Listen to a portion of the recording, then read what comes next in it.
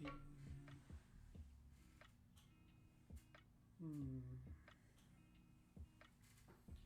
find out where the purple one there. Where was that book?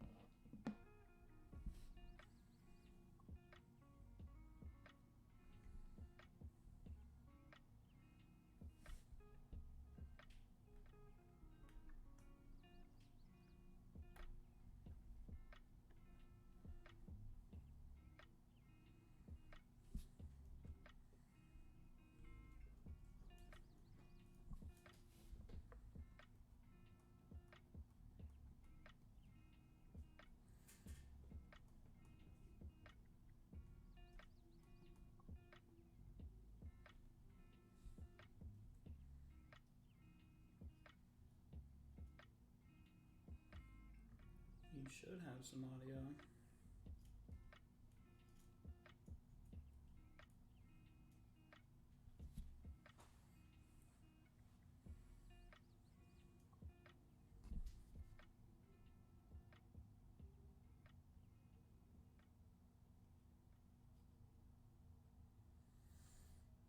Hello.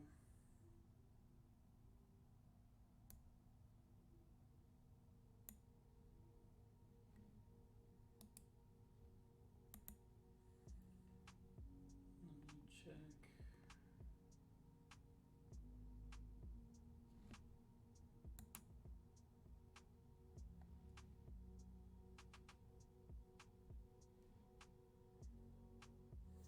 Yeah, it should have some music going on.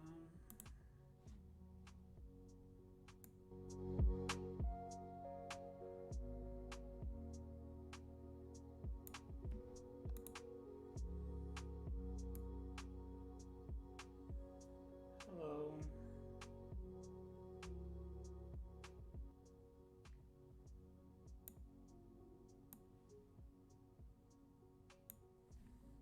Turn down that a little bit. Turn this up just a tad. Yeah, that should be it.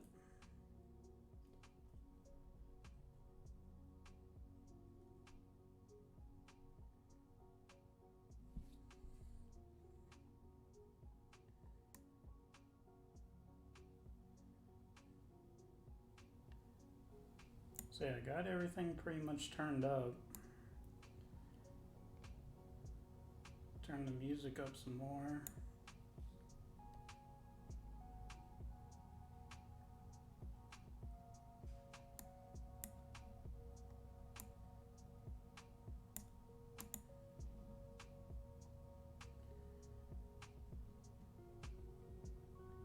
Okay, cool. Turn this up some more.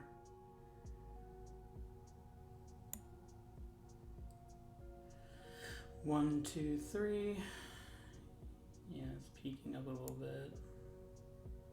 Turn the music up just a little bit more.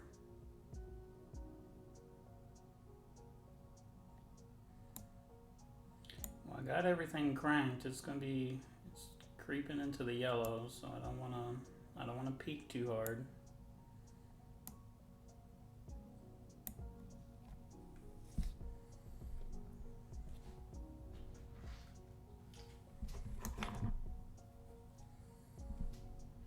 Alright, that's good.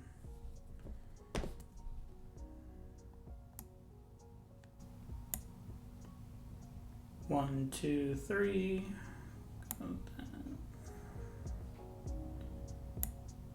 Minus 10 on the music there.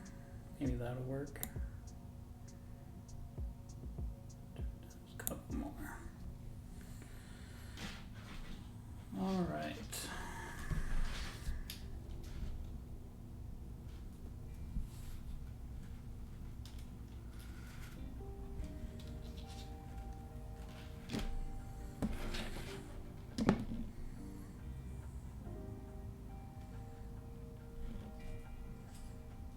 yeah, that's good. Yeah, last time I had these things turned down, it's my first one, so. No. So, hold on, I should grab that as an example.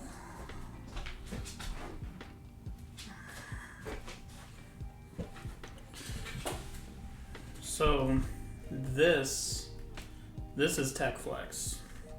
When you get it, it's flat and kind of wide. This is pretty much what people were using before. When no, I mean, kinda. I mean, I'd say it's more plastic than cloth. Your more cloth-like material is gonna be the like the 505 paracord. That'll be your more cloth feeling. I personally do not like it at all because there's no like rigidity to it. So like this is TechFlex. This is what a lot of people were using before, and you can see it's really simple to work with because you just push it together and you can feed wires through the holes in the mesh. I use this for my very first build, but never again. I have like a bunch of it. This stuff right here is called Telios, is what they call it. I get it from a online store called Mainframe Customs. What I really like about this stuff is it's more plastic and a lot more rigid than your 505 cord. Because with your 505 cord, it couldn't stand up like this. It'd just flop over, it would bend, and like you get sags when you're using the 505 cord. So, but this stuff, it's pretty rigid. It doesn't fall down, doesn't droop, or anything like that. When you go to Mainframe Customs and you order this stuff, it's like less than $1 per foot. Some colors you can only buy in like 25 foot at a time, which is what I recommend. 25 feet will more than definitely cover any build that you're doing. Any build, whether it's a hitbox or stickless, all button controller, or a lever with a joystick. Comes in a lot of different colors. There are 3 different sizes. You have 2mm, which is microcord. You don't want to do that unless you're sleeving individual wires. Like if you're going to sleeve one wire at a time, then that's what you would want. If you're doing something like this, where you have multiple wires in one sleeve, then you want the 4mm, and then they have an 8mm for SATA cables, and that's pretty much TechFlex. I wouldn't recommend getting that unless it's like specifically for a look that you're going for. So now we talk about that. The next thing that is important is your wire. I've gone through a couple builds, trial and error, trying to find my own way of doing things the way that I wanted to have it done, and I found that with this sleeving material, 4mm in length or 4mm in diameter, you can fit up to 6 30 gauge wire. So that's pretty much what I use. I use 30 gauge wire, and I run everything in the sleeve. All of my grounds, and all of the signal wires is what I call them. So here, yeah, I mean, it is really thin, but that's how you get this look, and it's definitely it's very functional. I have three builds in total with the 30 gauge, and I've never had a single issue. Because realistically, you can have a small gauge wire, because the Brook PCB is nothing more than creating shorts on pins to create or to initiate a button function.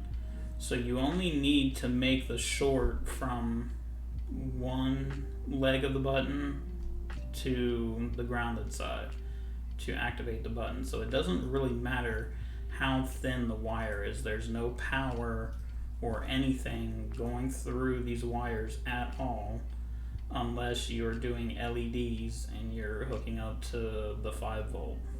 Everything else is just simple switches on and off.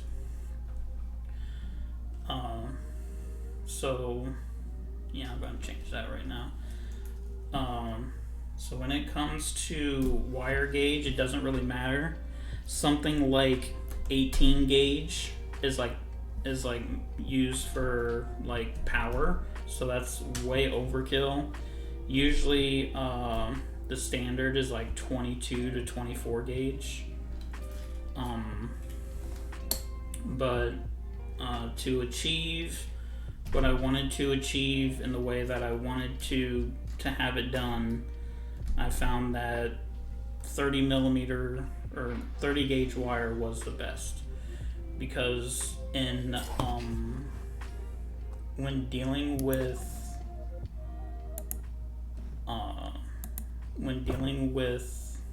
getting the wires in, I pretty much just like kind of figured this out as I went along and trying different things.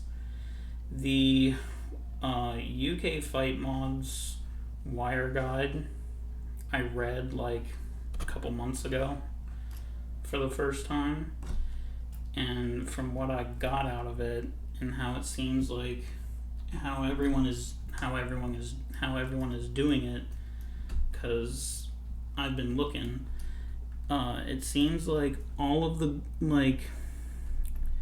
people are still doing, like, they're using the 24 gauge wire or 22, and they can't fit nearly as much as I can per sleeve. So they're still doing the daisy chain. They'll run the ground from this terminal to this terminal, and then maybe even to this one. They'll get to the last one and they'll try and tuck the ground underneath the sleeve, and then from this last point, that's where the one ground wire would come in, and then they run it through the sleeve. I wanted to have my wires completely hidden, all of them, so I run an individual ground for every button, and I join them together here at the PCB, at the Brook board, and I will separate the different grounds, and then I will just strip the wires, put a little bit, you don't have to, but I do it, put a little bit of solder to make them, to just join them all together, and then I'll just put 2 or 3 grounds into one of the ground terminals at a time. And then that's pretty much, and then once I figured out that I could fit everything together and get it to be the way that I wanted, that's pretty much what I've been sticking with.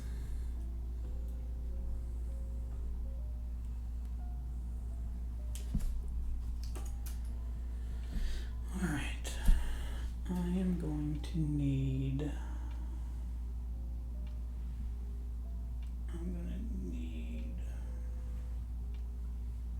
Yeah, I'm gonna need white or black. The other 4 colors.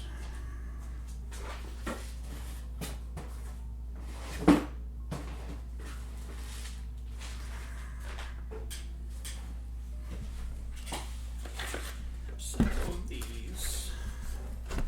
And then feel free, anyone has any questions, feel free to ask. Once I get started with doing this first one here, I'll just be explaining as I go. Yep, okay.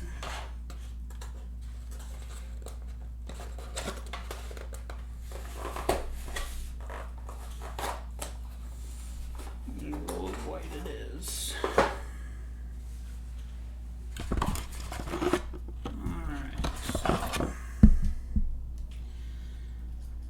So, not out of God class yet. Okay. What materials do I use? Alright, so, I don't know, I just started. It's only been a few minutes. Alright, so I guess I'll start with that. And I'll go over materials and tools. So, the first thing that I'll talk about again is the sleeving material itself. This is called Telios, and I get it primarily from a site called Mainframe Customs. If you Google it, it'll be the first thing that comes up. Up at the top, there'll be a menu that says, actually here, I'll just link it, I suppose. It's easier that way.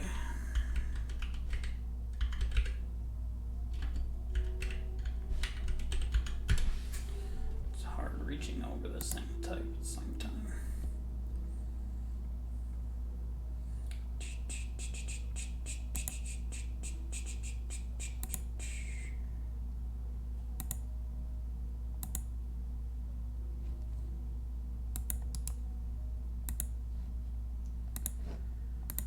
Okay, so, wrong one, there we go. Okay, so the link I just posted, that will take you to the 4mm sleeving material that I use. It comes in a variety of colors, and it's not even $1 per foot. I honestly just get 25 feet at a time. Like 25 feet is like somewhere in the realm of like $6 or something like that. 25 feet is way more than enough, and enough to have extra, especially if it's your first time and you mess up. Yeah. Oh no. Alright, it's dark. There it is. Yeah, there it is. So, get whatever colors you want, but you want to stick with the 4mm in size. That's what's really important. If you buy the microcord that's 2mm, it's not going to be good. It's not going to be good at all. Because that will only sleeve like one wire. Like only one wire will fit in that. I have used it a lot, primarily when I'm making my pass-through cable that comes from the Nutric pass-through to the Brook board. If you've seen any of my last like 3 builds, I will solder on the connector and I'll braid each individual wire. So it's like a double braided wire. But yeah. So for wire, Let me grab that too. So for wire,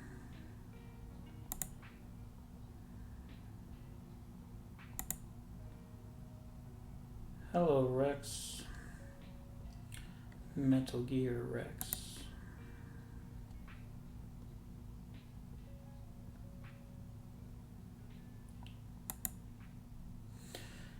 And a lot of my stuff comes from Amazon because I've used the Prime shipping.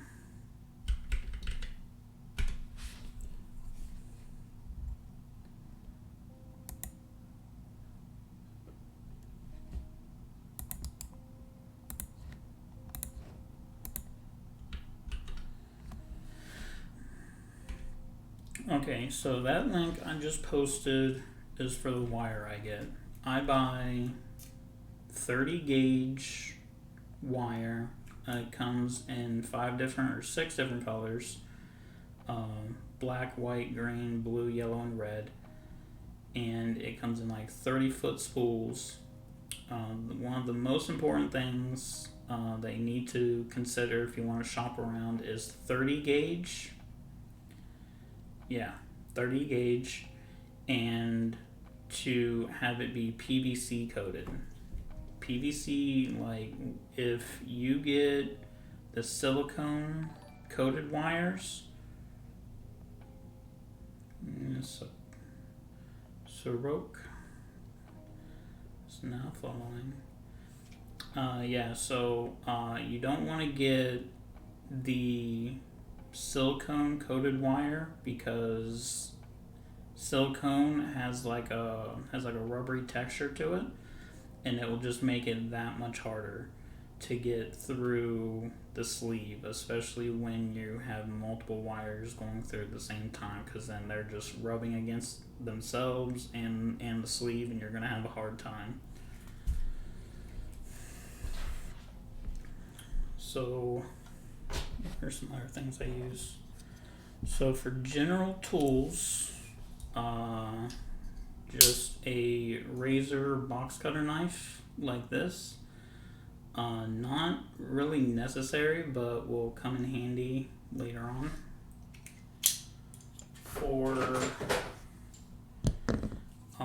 the wires, what size is the sleeving?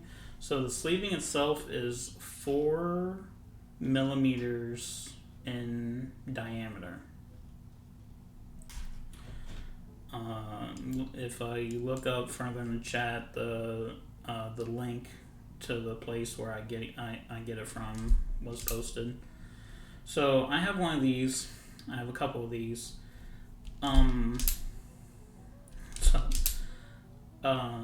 So you don't need one of these.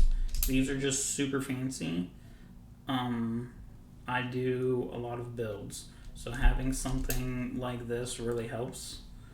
But I also have various other sets of tools.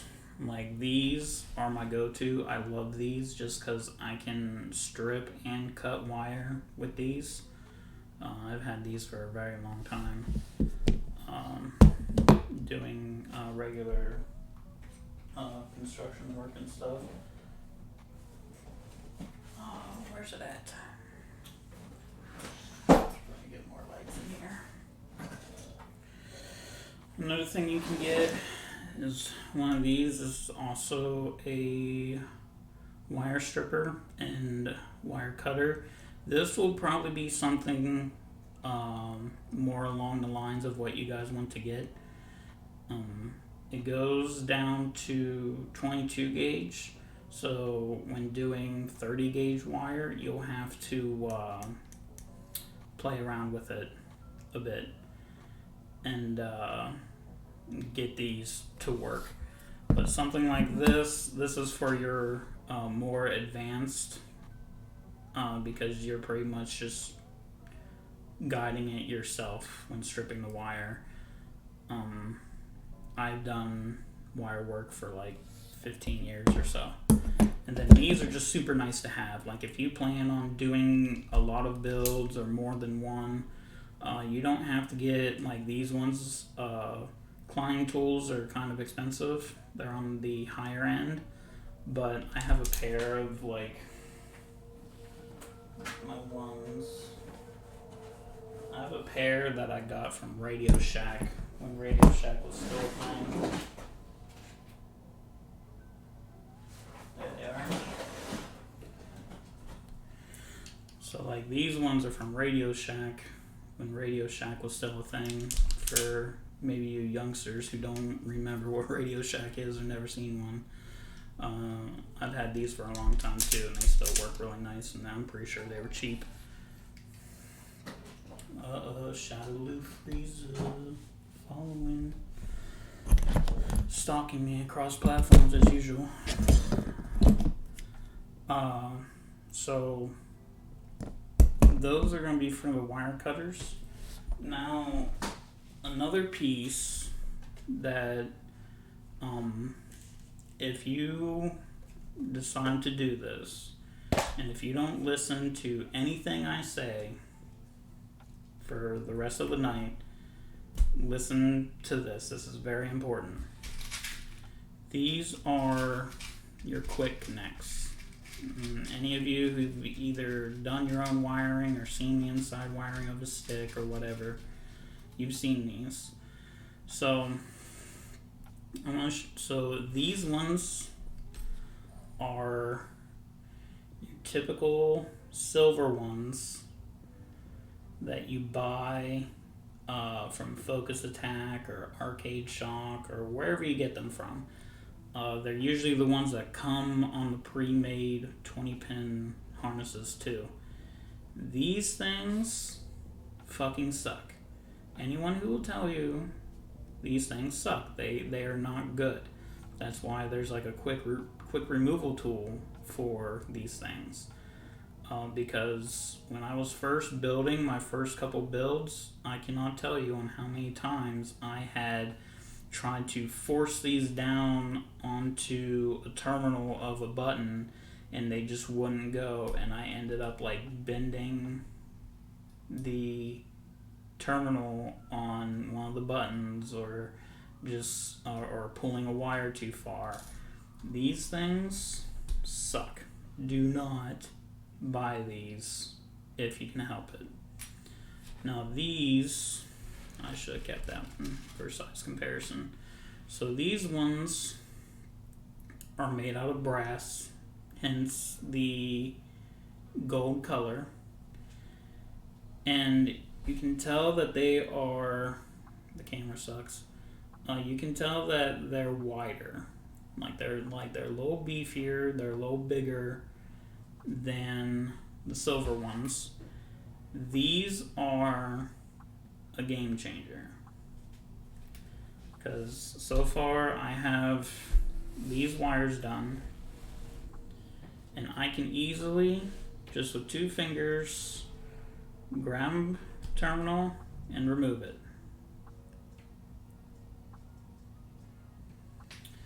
I can tell you that other than mainframe customs, everything else I get off of Amazon.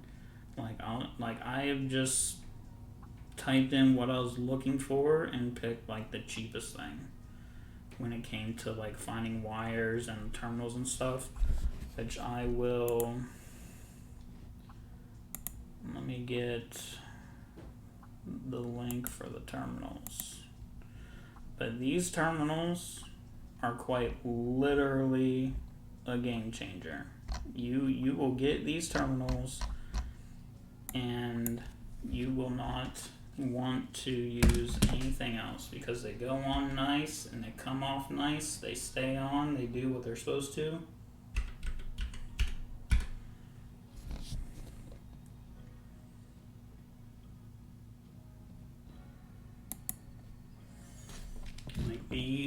These are the wave.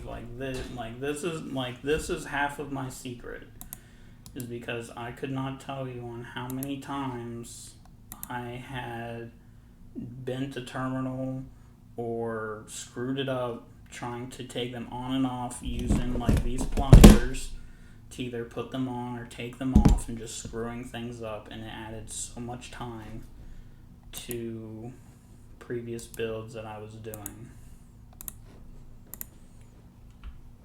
So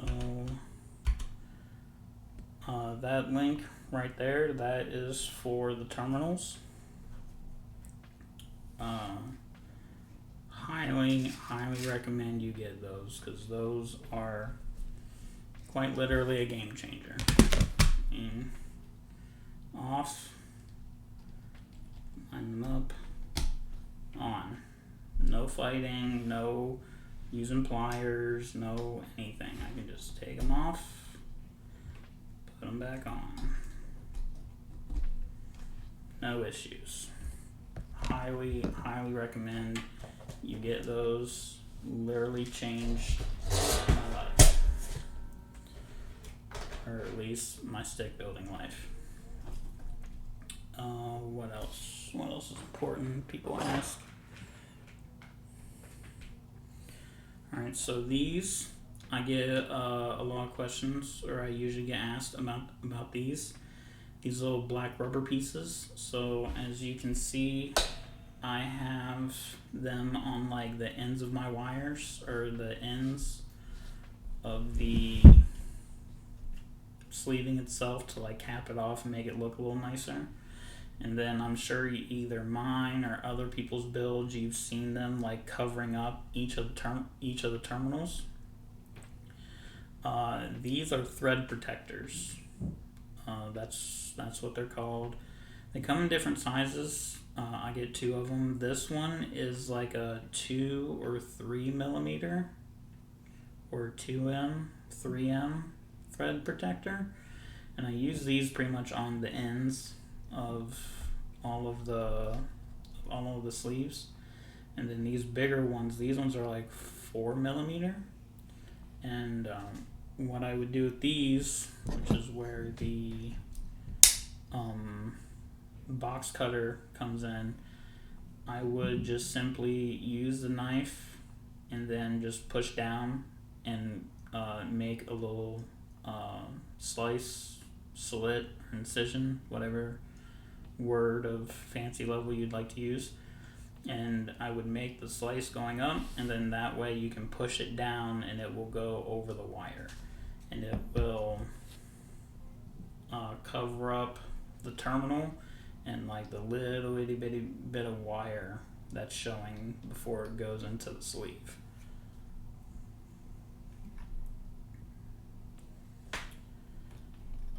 Did I miss anything else? Oh, yes. Crimping tool. So for, oh no, that's for Ethernet cables.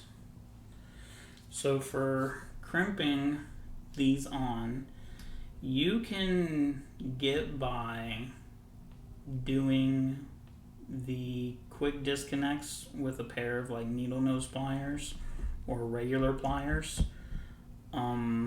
It's just a bit of a pain. Like, you're just doing extra work, and just like anything, like there's a correct tool for doing the job. These are crimping tools for quick disconnects. You can easily just look that up on Amazon as well, as far as getting the right crimping tool. Just quick disconnect, crimping tool, and I'll go over how to use this. It's kind of self-explanatory when you have it in your hands, but it's pretty easy. So going on to how to get started, I have found in my experience, I tell people to take a picture, like get your top panel, put your buttons in, make sure that you have them in alignment and how you want them to be. So you just clamp down on the wire onto the connector. Yeah. So I'll go over that once I get started, and actually doing everything, and then I'll go over the process little by little. So, what was I saying? Oh yeah. So you want to make sure that your buttons are in place, and you want to have them in a row.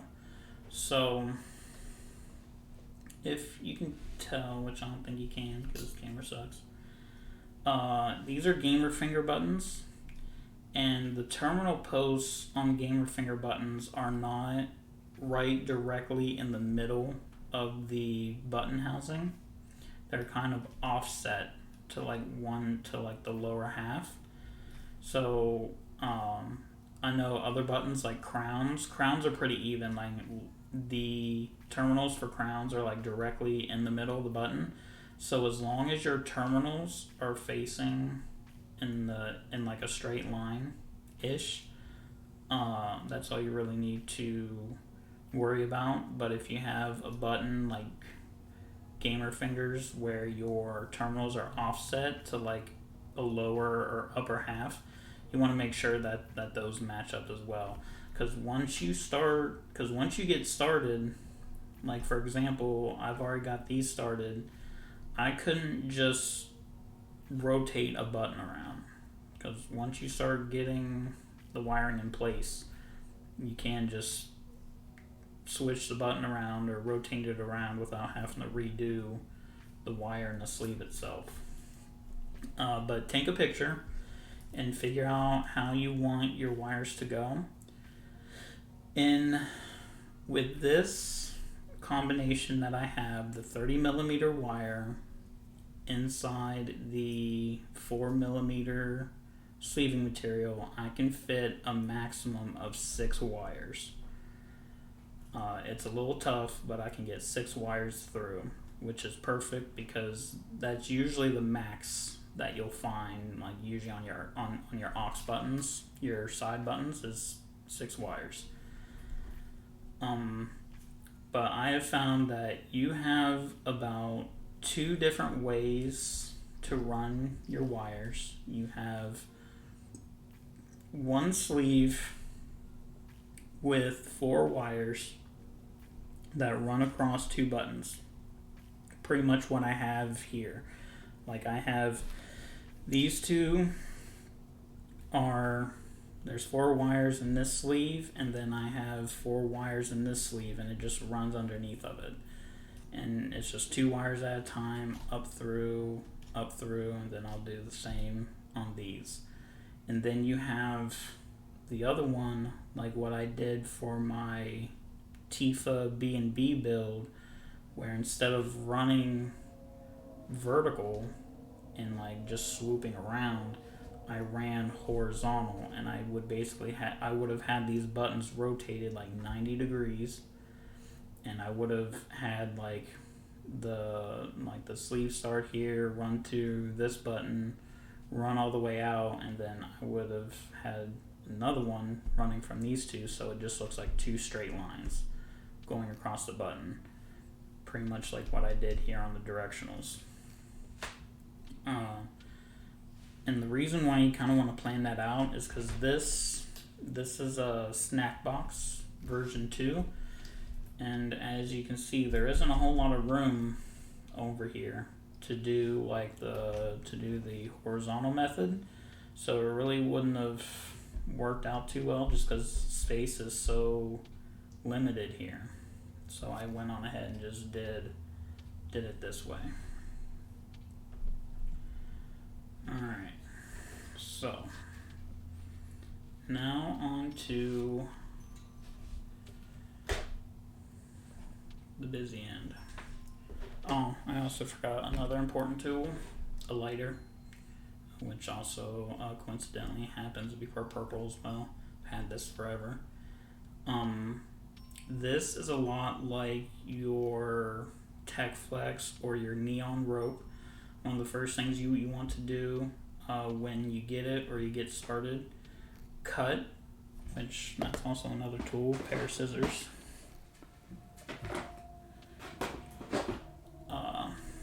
The black terminals that go onto the buttons. black terminals that go into the buttons.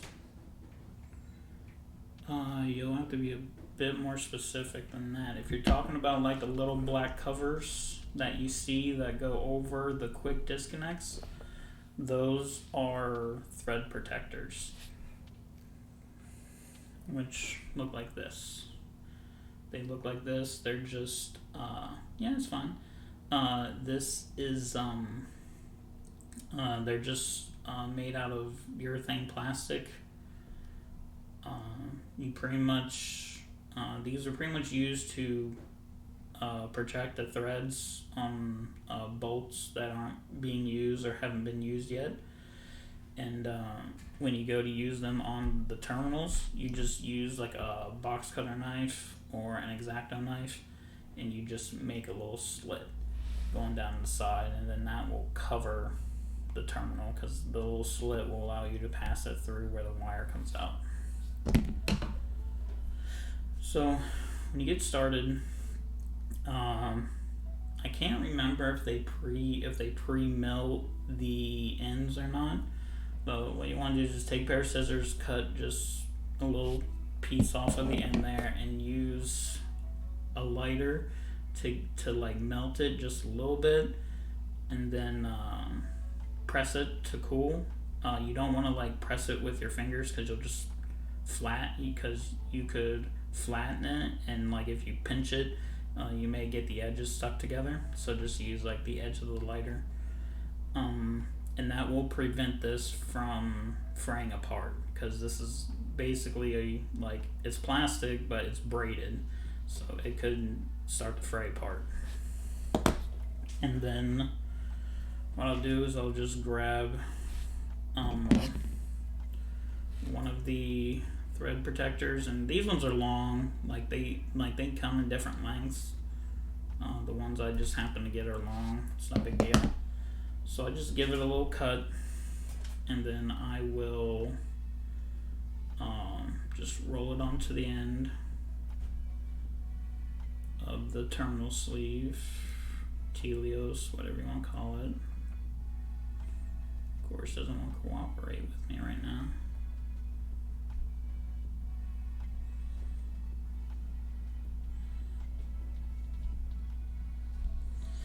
Okay, so now that that's on, and I've already started, so I kind of know where I'm going and what I want to do.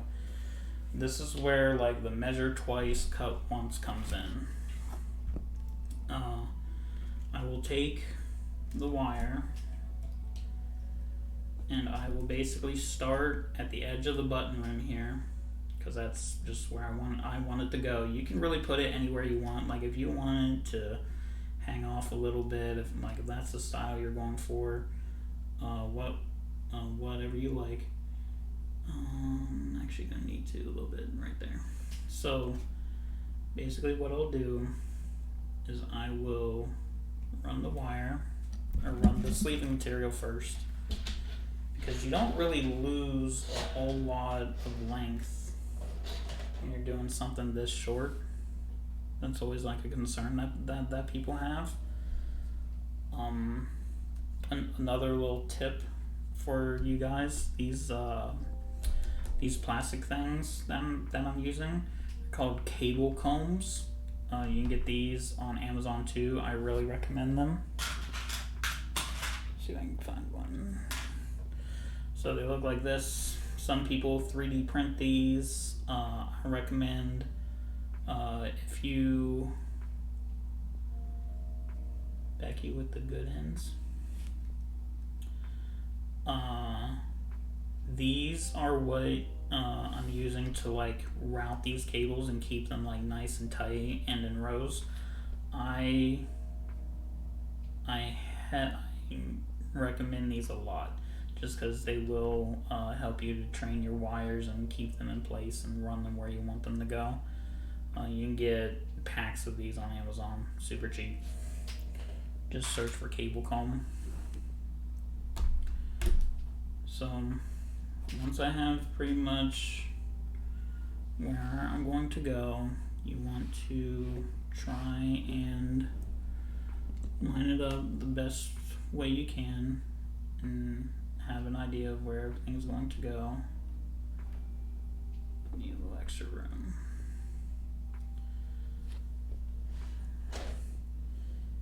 Then I'm going to run over here.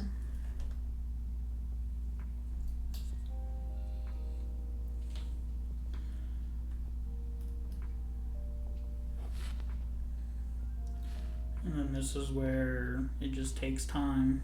You want to feed the wire through.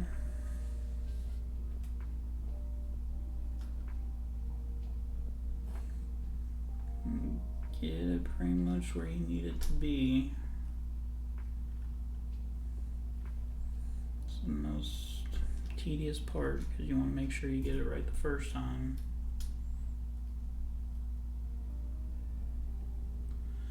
I'm trying to make sure I'm not going over the groove there. That's where the plexi is going to be going. Be a little shorter.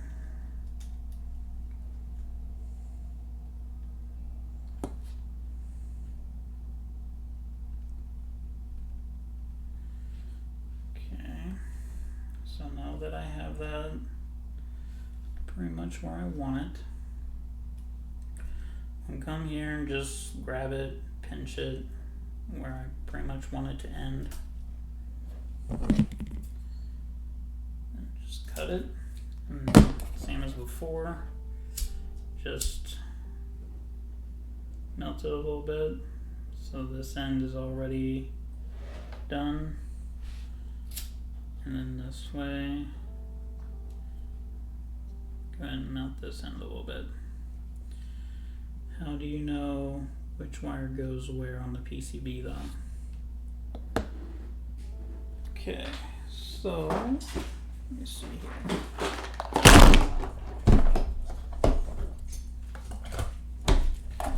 So there are resources that you can look up on Brooke's website that will have like a wiring diagram and show you where everything goes. And you won't really be able to see it here because the camera just does not really focus that well. But if you look,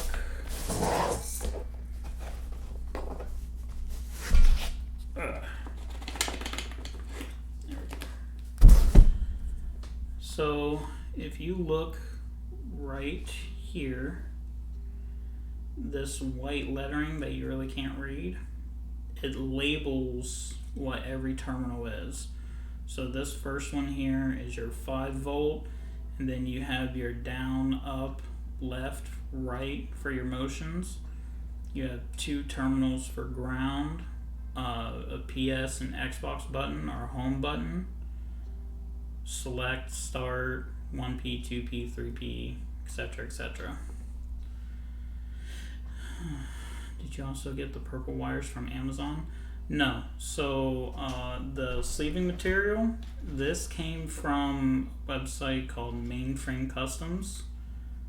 You want to, if you just Google Mainframe Customs, and when you look on the site, the sleeving material is called Telios, and you want the 4mm in size. I'll post the link here in a minute if someone else doesn't do it. If you go with the horizontal layout, coloring, sleeving on, isn't it hard to tell the wires apart? Okay, so that's kind of the next part. So I've been doing wiring for like a really long time, and I just have my own system that I come up with in like that, and I just come up with like my own system. So here you have all these wires, and like it kind of looks like a mess, like, and yeah, it does. But to me, any wire that is white or black, because I ran out of white at some point, any wire that's white or black, those are all my grounds. So that's just simple as just grouping them together into groups where they'll reach and where they'll fit, and twisting pairs together, 4 or more, just where I can get them, and then those are all my grounds. And then the colors. So the colors are pretty easy. So once you have everything sleeved, like you can follow the sleeve with your eyes and know where they go. But I did like my P1 and K1, these are green. My P2 and K2, those are blue. And then for 3, I'm going to do yellow, and then for 4, I'm going to do red. And then for the movement button, for the movement or the cardinal directions, they are in these 2 sleeves, and obviously I had to use the same colors again, but I have green, red, blue, and yellow. So when looking at the movement buttons here, this is green, blue, yellow, and red. I just cycle through the same colors.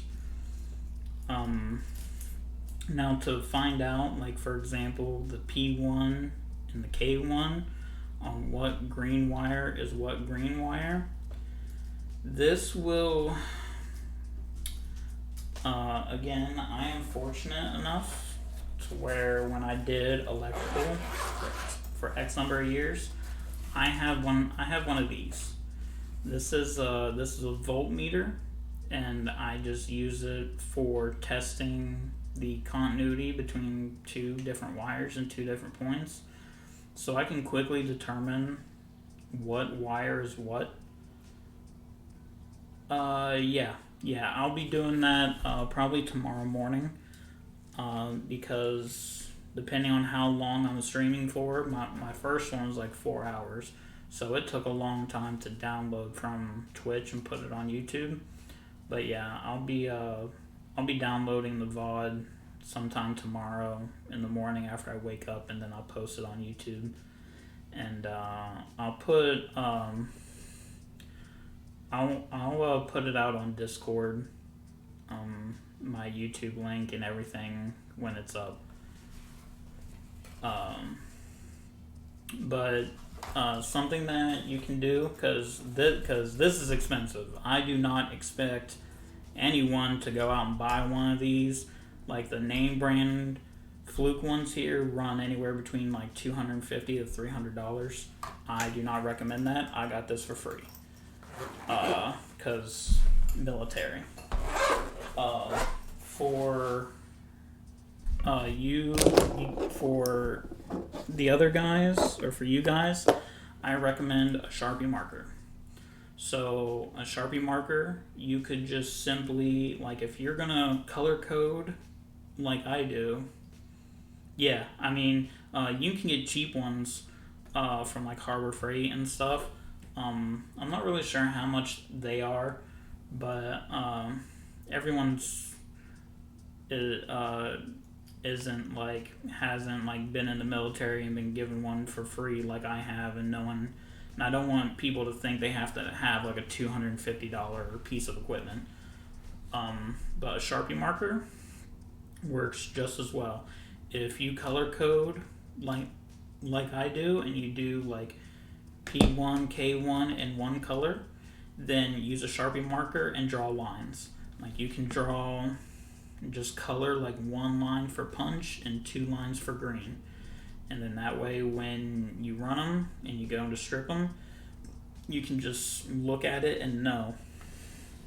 Another thing that I do is, which I'll show you here in a minute once I actually start getting to the wires, I make all the wires the same length. Alright, so for example, P1 and K1, when I pulled the amount of cable I needed for my ground and for the signal wire, I pulled the same length for both buttons. So what that will do is, let me follow it here, bottom. So you'll notice how like for example, these two green wires are different lengths. Even though I cut them the same, that's because one has to travel further than this one. So because it travels further, it's going to end up a little shorter. And that's another thing that you could do. But whichever way works for you. I have a piece of equipment if I get lost. I cut all my wires the same length, so when I'm looking at a sleeve, like I'll notice like one wire's a lot longer than the rest of them, you know. Alright, let's get caught up here. Yes, I knew. I see, so marking them is the way to go. Yeah, like if you're not, like, I am fortunate enough to just have one that I got for free when I was in the military. I don't expect anyone to go and buy that. For the rest of you guys who are doing one build or you do future builds, mark them with a Sharpie and just do a line per, and just either write it down or just know what your system is. That is the best way to go.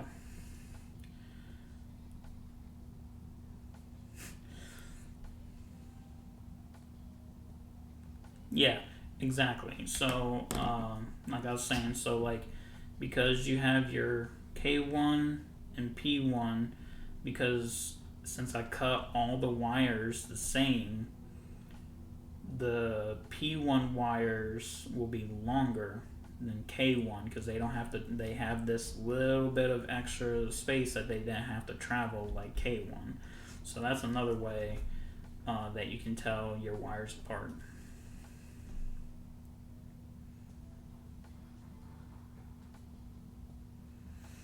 Horizontal layout is harder to identify each wire. No, because I pretty much do the same way. So like if I was to do the horizontal layout, it would like be P1, P2, I would have as green. And then, you know, P3 and 4 would be yellow. Or no, would be blue. And so it's the same thing. If you have two sets going across here, one's going to have to travel just a little bit further more than the other one. I just recommend that you do both. Like if you cut all of your wires the same length before you run them, and then if you mark them, that's just a double solution to figure out which one's which.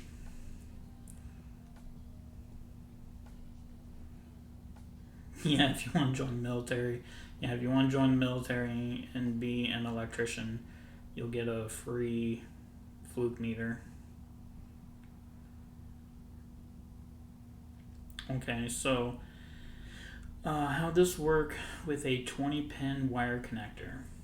Okay, I'm going to let you know.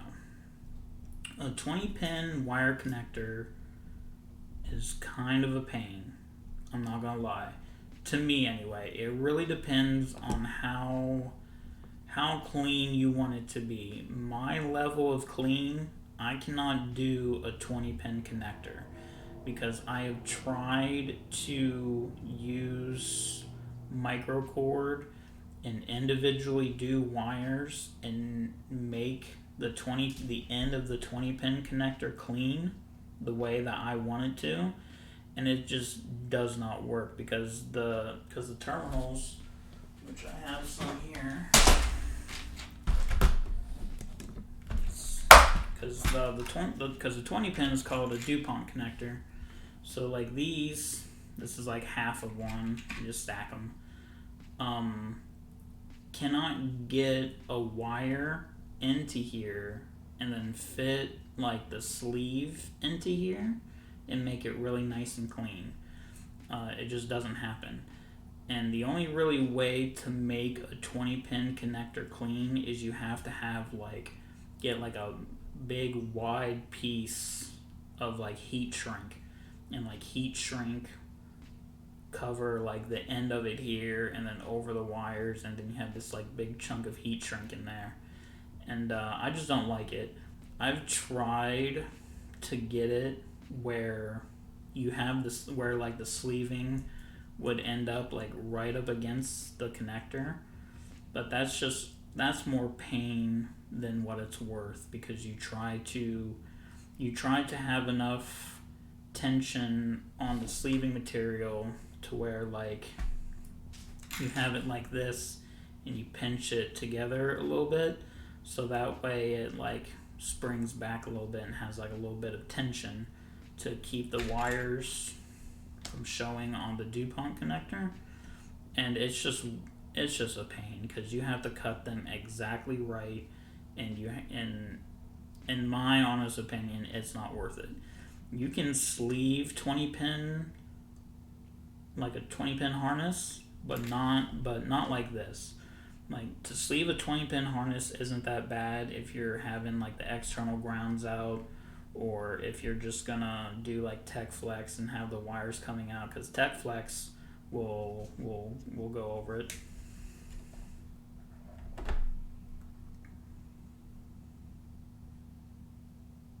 Yeah.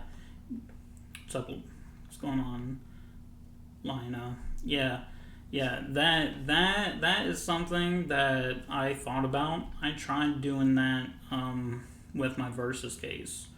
My Versus case was the first one that I tried doing a 20 pin connector, and that was like the only way that I could really get it to like be clean, and that's to completely hide it underneath the PCB, and that was like the only way.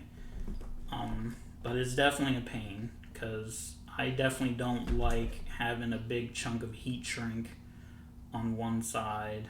It just looks god awful to me. I try to use as little heat shrink as humanly possible. So now, let me get caught up here.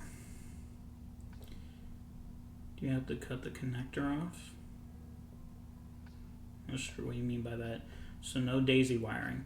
No, there is no daisy wiring of any kind.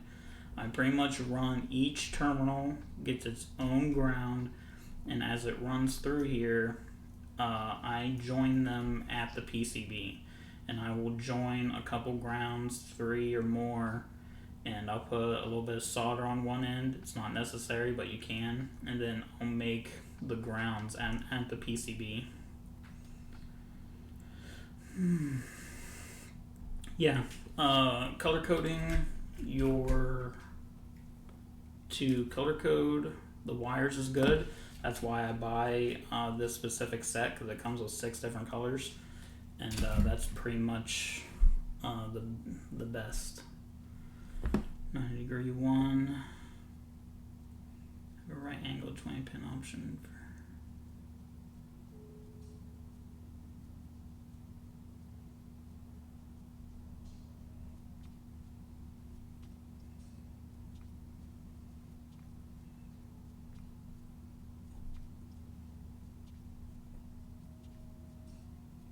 No. So when it comes to grounding your buttons, you could honestly take like one of those pre-made daisy chains, and they don't make them this long, but you could essentially daisy chain every single button in one daisy chain and have one ground wire going to the PCB.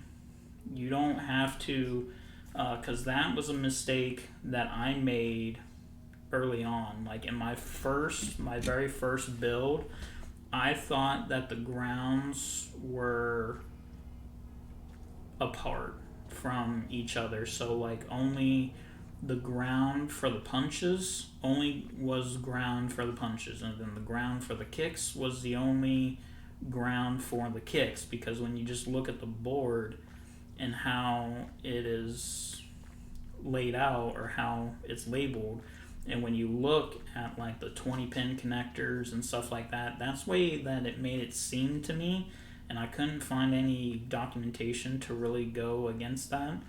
But it wasn't until like later on I found out that you could literally daisy chain together in one long chain every button and have one ground wire. That's possible to do. I did that with my Artorias AFS stickless build or all button build. I ran every ground because I wanted to sleeve each individual wire, so I literally ran every ground to terminal blocks, and after I connected all the terminal blocks together, I only had one ground wire going to the PCB.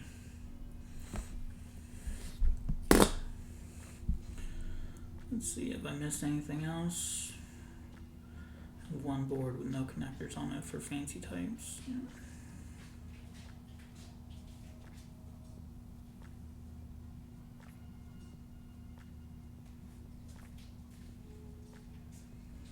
If you're talking about the double KO board that BitBang is doing, I believe it's going to have terminals too, because I asked them on what terminals they were using, or what terminals would fit on the Brook board, because when I did my wireless build, I unsoldered all of the screw terminals and I lost them or threw them away.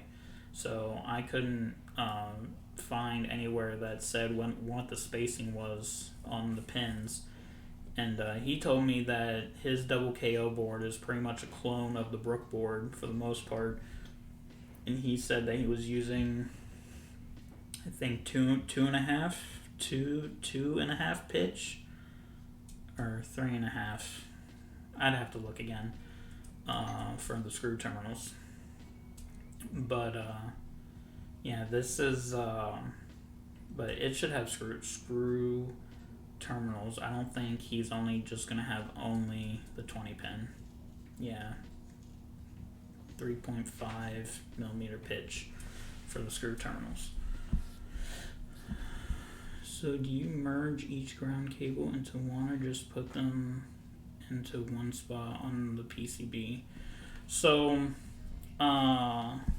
yeah, the 20 pin, and I believe the rest, all of them, like all of the JST connectors, I think they're also 2.5. Only the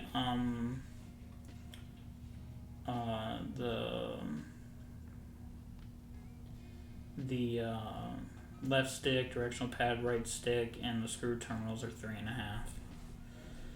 No, I don't merge every single ground. Like once I run my wires, because you can kind of see like they're kind of just whatever length. Like I don't measure to a complete length here and at the end. I just make sure that I have extra. I just make sure that when I pull like my first wire and I get the length, I cover or I pull the same length for each one. Just wherever they fit, really, because some grounds are longer than other grounds. So my shorter grounds, I'll try to bring like right here. Like I'll try to bring up closer to here, and then I have a couple grounds down here to use.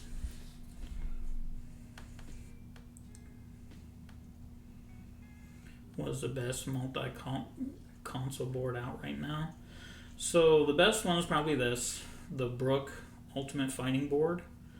But there is not an official announcement, but there is a word from higher ups that the Ultimate Fighting Board, this one in particular, will not be able to be used on PlayStation 5.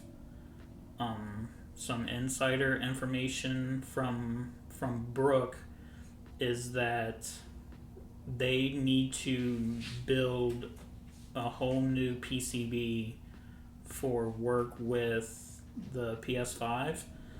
The English was a little broken, so I'm not 100% sure on that. That's why it's not like super official, but because I'm not sure if they're talking about the UFB, or they're talking specifically with the PS4 specific boards. But from what I understand right now, little insider info is pointing that they cannot get the UFB to work on PS5 and PS5 games through software, and that a whole new PCB is going to need to be made, which kind of sucks because I have like 4 of these. Yeah, so the other boards, you'll want to look, and it will go over what they cover.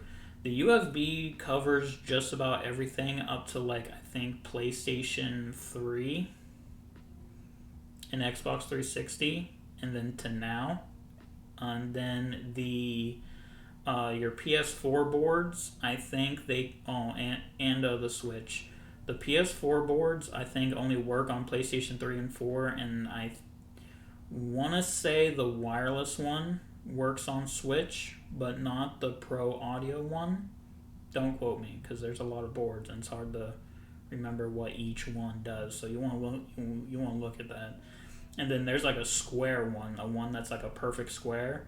That one is specifically for PlayStation 3 and PlayStation 4, but you don't want that one. It's really cheap, but it doesn't have any terminals. You have to solder everything on.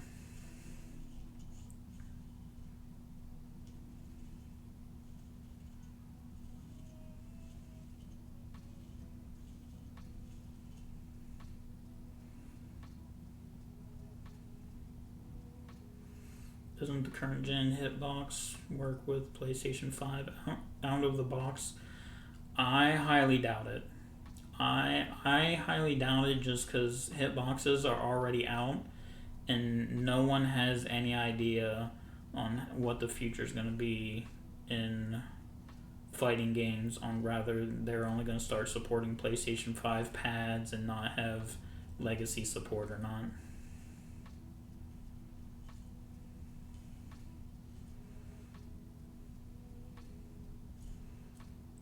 Yeah, like I said, it's just insider info. It was nothing concrete that was like put out like officially by Brooke, but by people that work there through another person.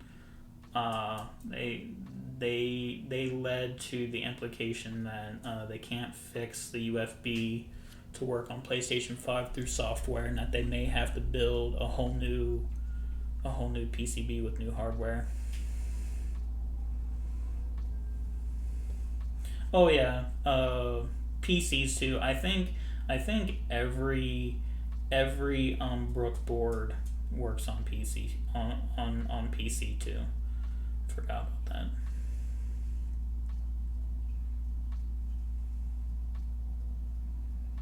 Yeah, like if you only play on PC, then you're good. That's why, like, I'm like, if they do end up having like a single, like if they have to come out with a new PS5 PCB, I'm only gonna get one. Like I'm gonna get one. I have like a special custom project that's coming up, and I'll put it in that, and then that'll be it. But I'll just stick to the mass UFBs I have, and just play mostly the games on PC if I can.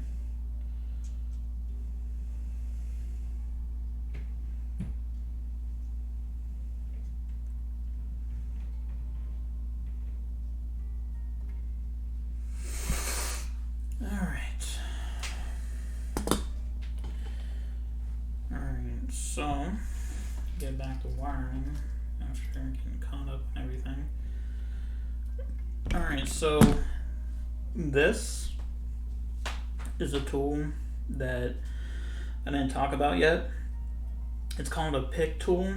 Kind of looks like a thing you'd see at the dentist. You can use a tiny flathead screwdriver if you want, but I really like this. This is a Pic Tool. So basically what I'll do is I'll go ahead and remove these for room. Alright, so I'm going to go ahead and might as well just undo my new roll.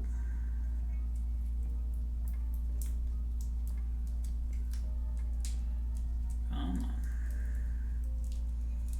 Yeah, you're going to do me dirty.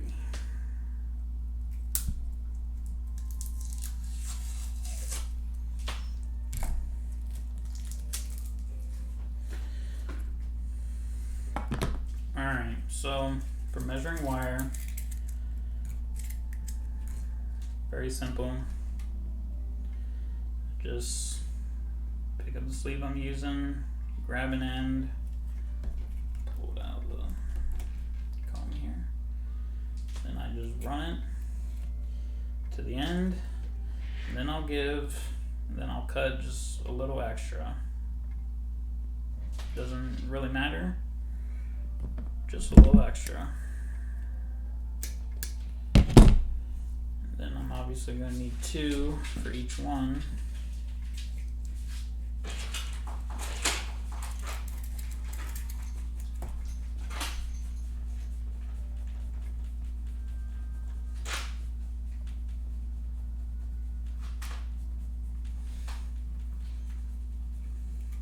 Yeah, I mean, it's not, I think the ones that dentists use have curves to them so they can get behind your teeth and stuff like that, but that's just what I've heard what people say when I show it. This looks like something you see at a dentist. So just cut 2 grounds, same length, and then because this is how this is going, so green, blue, yellow, our next color will be yellow. That fresh peel. The tape off new wire. Something that doesn't matter.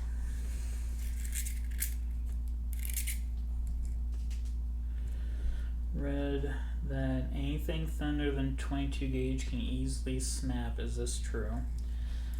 I am going to say that while more than likely common sense would tell me that that 22 gauge wire could stand up to more pull than a 30 gauge wire, I'm going to say that it doesn't matter. Because when you are doing these and you are getting the wires in, this is going into a stick to make simple connections, simple switches for buttons. This isn't like going to NASA. This isn't like a piece of emergency equipment. Out of all the builds I've done, which all of them except like one, I've used 30 gauge wire. I haven't had any issues. I haven't had any wires break. I haven't had any come off of terminals or anything of that nature. So I cannot confirm or deny that these break, but I'm definitely going to say that it's not like super fragile and these things will, like if I grab one, if I pull on it, it breaks. Like if I pull it really hard. But again, this is a stick. It's not going to the moon. Once you set these wires in and they're nice and tight, they're not going to have anything to pull on it or anything like that. I've just had to waste a ground wire too. My white and blacks get used up quicker than the colors do. Should have grabbed the yellow one, because yellow sucks. Horrible color. No offense.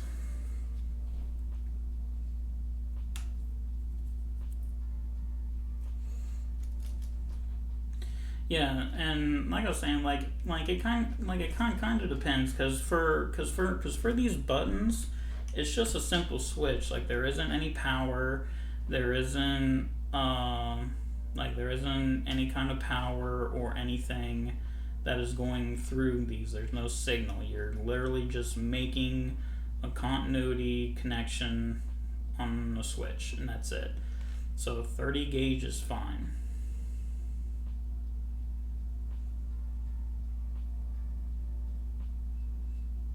Yeah, and like when you buy these and when you buy the pre-made harnesses, they're not like something that you guys will kind of have to that you guys can understand. This is an aesthetic thing. Like this is an aesthetic thing and it's pleasing to the eye, but it's functional.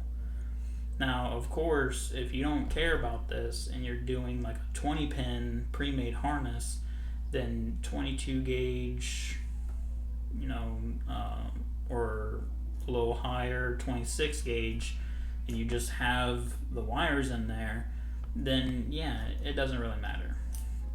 But I can tell you that I've never had the wires split. The only way personal thoughts is thoughts us overkill. Yeah. So I can honestly say that I don't think that it's a problem. It has not been a problem for me yet. The only way I could see where using a gauge wire might make it where it might break off is because you don't strip it first. I've seen people try to take a terminal and crimp it right onto the wire, and they are expecting the terminal to cut into the sleeve or cut into the insulation of the wire and make the connection instead of stripping it first. And then that I've seen, but not on 30 gauge. That's usually on bigger wire because the terminal is closing pretty much completely flat and shut. And if it's not stripped first, then that's just more room that's taking up and will cut the wire.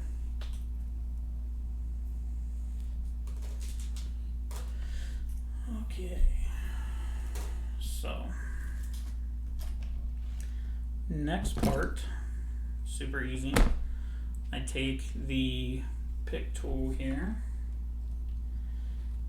and after I move these out of the way, I will line up my wire, and going right where the terminals are, I pretty much just slide across into one side of the sleeve, poke out the other side, and then just run it through, so that way it's just completely level and where it needs to be.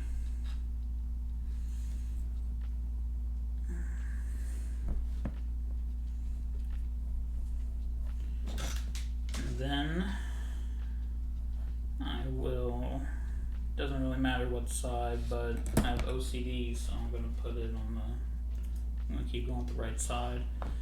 So you have the hole that I use for the Pic Tool, you can see it there. And I'll just start to run, hopefully not through the other side. And I'll just get started, do a couple pushes on one side for that. And then on the other side, I'm going to slide in the signal wire. Maybe being difficult right now.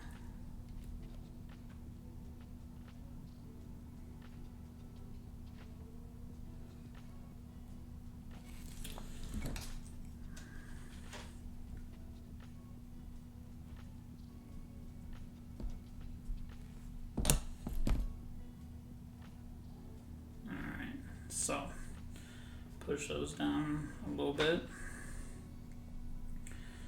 And then you could probably try and pull this length right here of the wires all the way through if you wanted to, but it just kind of makes it a little harder to get the second set through. So then what I'll do is the same thing again. I'll line it up kind of generally where the first one was. Then I will use my Pic Tool that I misplace all the time. Line it up with the terminals and give it a little push.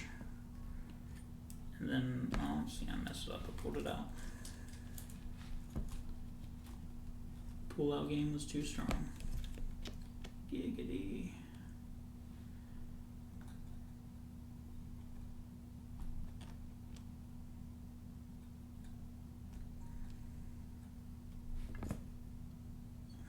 Line up.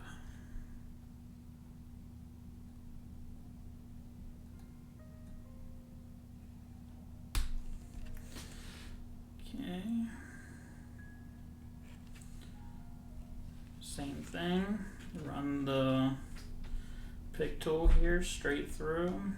Make the holes wide.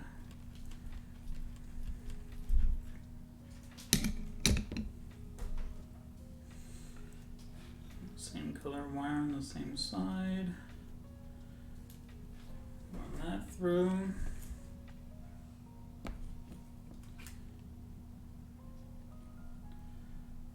Run that through, push it through a couple times.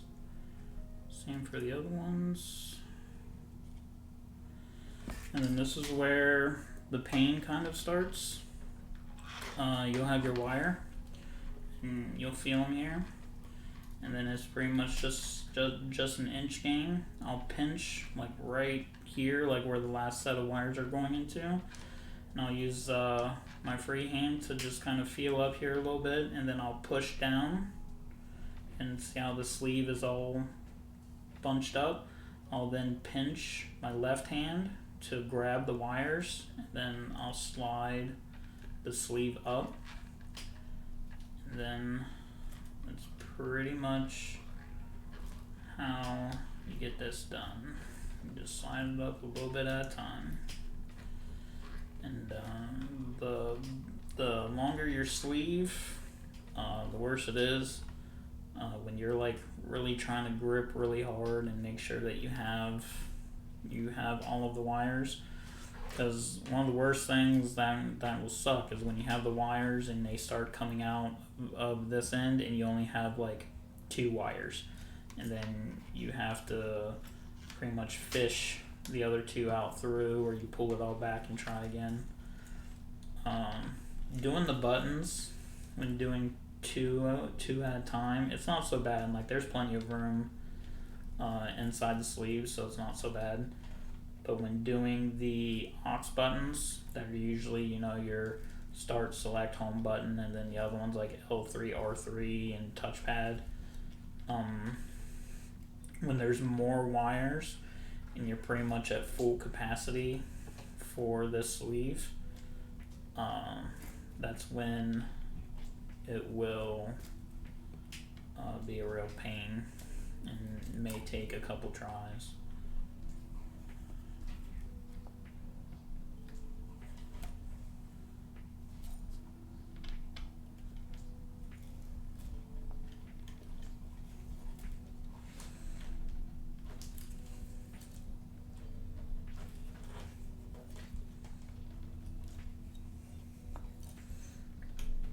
And mind you, this is just how I do things, because I like to just have every wire hidden and sleeved to where you just don't see it, and it's not outside the sleeve at all. This takes a lot of effort. The L3, R3, and touchpad buttons only from a harness. No, I think the pre-made harnesses, the pre-mades will cover your 8 buttons or however many you have. I think there's like conversion ones.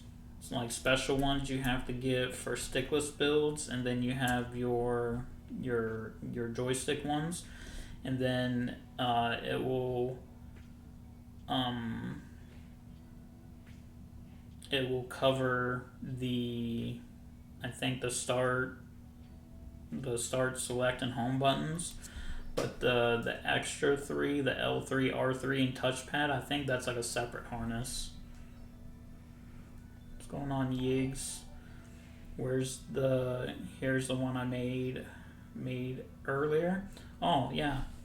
So here's the one I made earlier. I made like weeks ago for these sets of buttons. Unfortunately, I'm doing party and play. Gotta make because I don't have to finish this.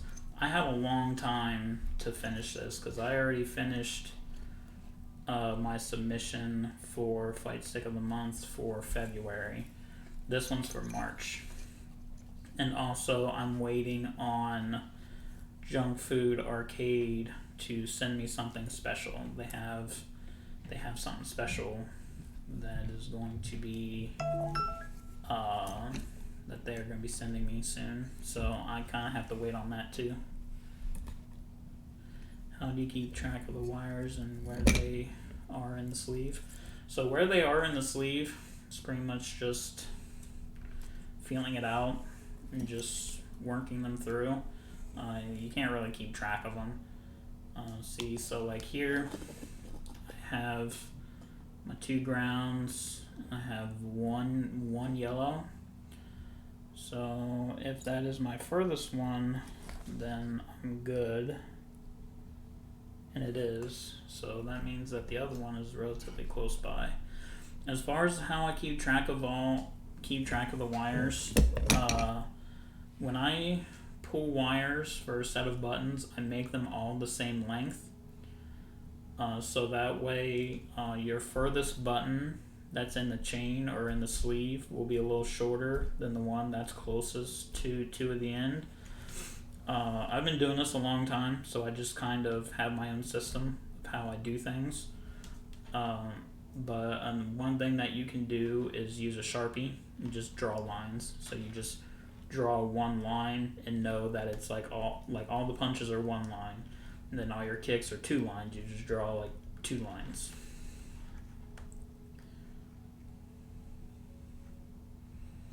Oh, you were asking like what it actually is. So yeah, the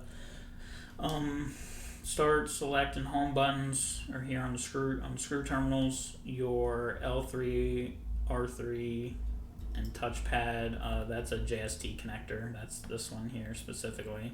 That I've unsoldered the horizontal connector, and I soldered in a vertical one for whatever reason. That's an old board that came from another build.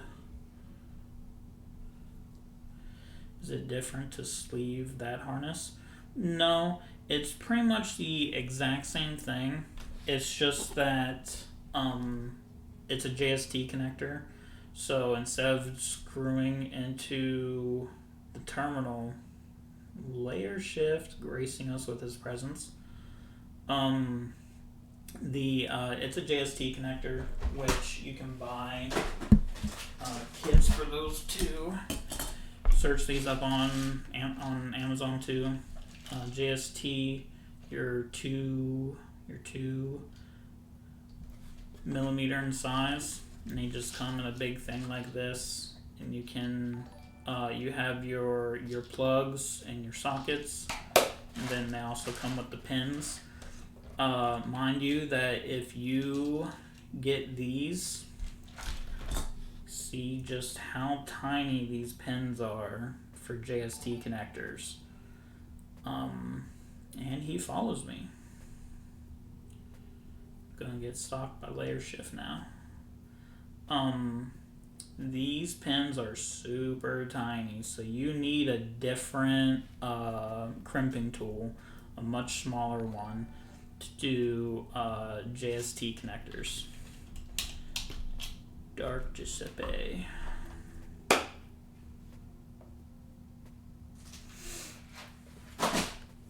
But yeah, it's only different in the fact that you do need more tools. You do need a smaller, like a real. This is my regular one. My micro in here. So like this. This one is for terminals that are a lot smaller. Or no, not that one. This one. This one is for those JST connectors. They're really, really tiny. Yeah. So, yeah, it requires more tools if you're going to do that route. But you could also, like, it's not that hard. You can buy the pre-made harness for the JSTs. If you don't want to mess with it, and I'll show you. So on the JST connector, on one side they have these little, which I know you can't see because the camera doesn't focus. There's little tabs here. So you use like a little Pic Tool or flathead screwdriver. You can easily lift up on the tab, pull the wire out of the JST plug. Make sure you know what order they go in. And then once you pull the wires out, you can sleeve the wires as they are, and then just reinsert the wires with the pins already on into the plug. I knew I was going to be doing a lot of builds, so I bought this. So I bought like the crimpers and the connectors and stuff. It's not really expensive. If it's something you think you're going to do more than once or so, or if you want, you can go on Amazon and find like the crimpers and JSTs and stuff, or even to make your own 20 pins for like $30, and it'll come with the connectors and the crimping tool. Can I use small electrical pliers? I mean, depends on how small. I mean, realistically, yes, you can use a pair of pliers to get the connectors on, but it'll be hard. Like it'll be really hard. But can you? Sure. If you're willing to go that route and put in the time, then most definitely. It's just one of those things where like there's the right tool to do the job, if that makes any sense. Okay, so we have our wires pulled through. I'm not really worried about this end yet. I just want to make sure that they don't get pulled out. And then the next thing we're going to do is we're going to start putting on the terminal ends. And y'all remember what I said. These silver ones are the absolute devil. Do not get the silver ones. Get these gold brass ones, slightly bigger ones. And so what I'll do to start is I will go ahead and preset these into my crimpers because they are ratcheting, so they'll stay in place. So I just pinch the edges there a little bit and get it to move. And then I will put them through like so. Then I'll just leave it. So for the wire, I'll be bougie and fancy and use my automatic strippers. So because the wire is so thin at 30 gauge, I double it when putting it into when I crimp on my ends. So I will take a small edge here, strip the wire,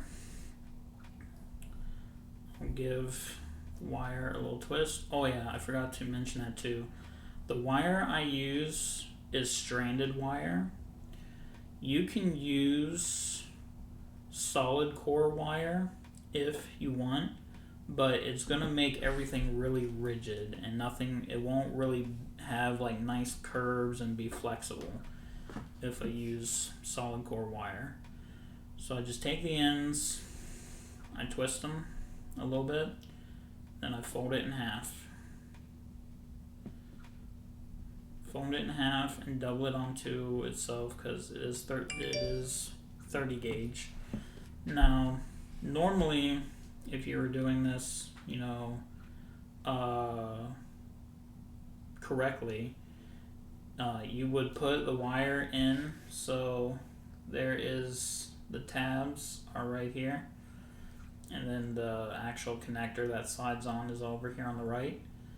You would put the wire in this way, but because we're showmen here, you're basically going to do the opposite. You're going to take the wire and run it through the side that actually makes contact with the button. Not actually run it through. Don't get that confused, but just from the side. So you'll pretty much run the wire like this to where the tabs or flags are going to crimp down onto the wire pretty much, and then these middle tabs here are going to crimp onto the insulation and or what's left of the wire. So here is the one end just flush with this, and then you have the open end here. So I will just run the wire through here, and I'll just line it up on this side and crimp it on, and that's it. Wire's on. Wire's on and flat, and will look something like that. Yeah. So while there are people here, let me find it.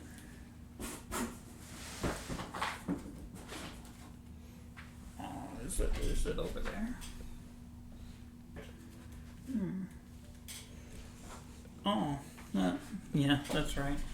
So for those of you who were not here on Monday,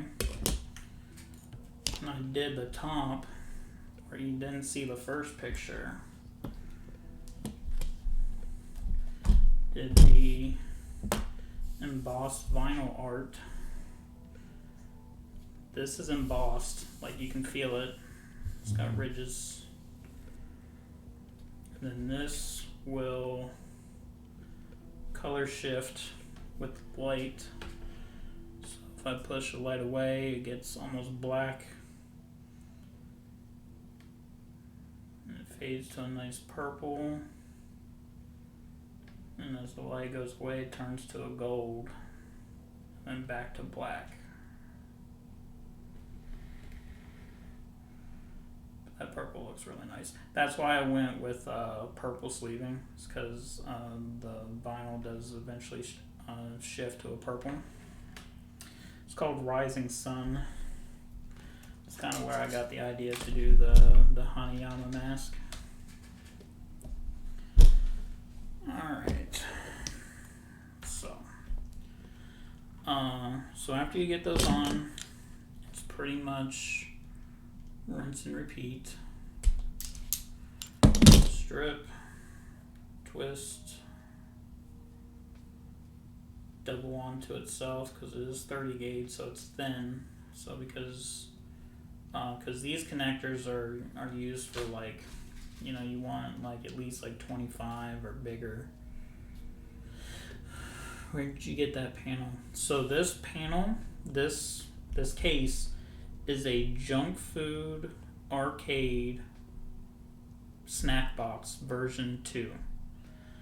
They come in a all button variant, and then they also come with a standard stick variant where you can do a joystick if you want. Just go to junkfoodarcades.com, or just Google it, just junk food arcade, and it'll take you to their site. They come in various colors. I just want black, something simple. Titanate. Thank you for the follow. And then you have like all these different side panel colors, stuff like that you can decorate the outsides in if you want. But yeah, go and get it. And if you're looking to build your first one, or you want something custom, I think they have a build out service too. But they're kind of backed up right now because they're filling up orders for the for all the people who ordered the version 2, because the version 2 just came out right after Thanksgiving.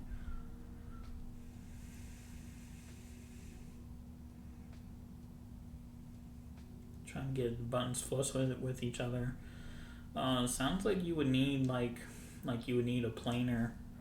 Like if you're doing it out of wood, you would want like a planer to make sure that the wood is completely level, or sand it.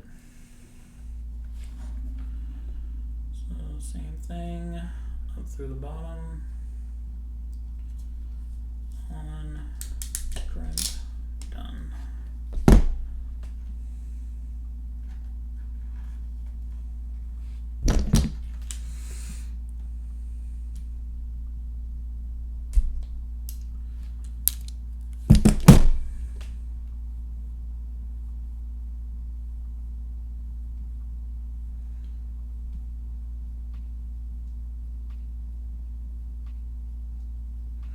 Oh, minimal. If you're talking about flush with the buttons, I mean, it kind of depends. Like if you're doing your own layout and not using like a template of like a standard layout, like using either the Stickless or Vuelix or Nor, then yeah.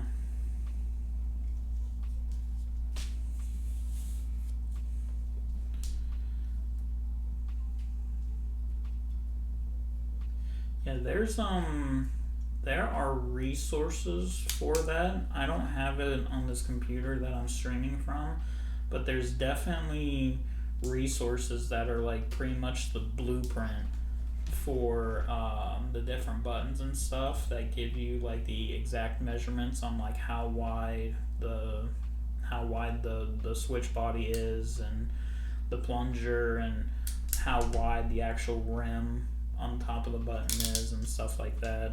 That's definitely out there. If you go to pretty much any of the Fight Stick builders Discord servers, you could ask and someone will probably have that information, or try and search for it yourself. I've definitely seen that question come up a lot. People asking like, what are the exact measurements of like the Nutric adapter and stuff like that. Or you buy like a digital caliper from Amazon. That's what I did, because I found myself needing to measure the diameter of a lot of things. They're not nearly as expensive as I thought they'd be.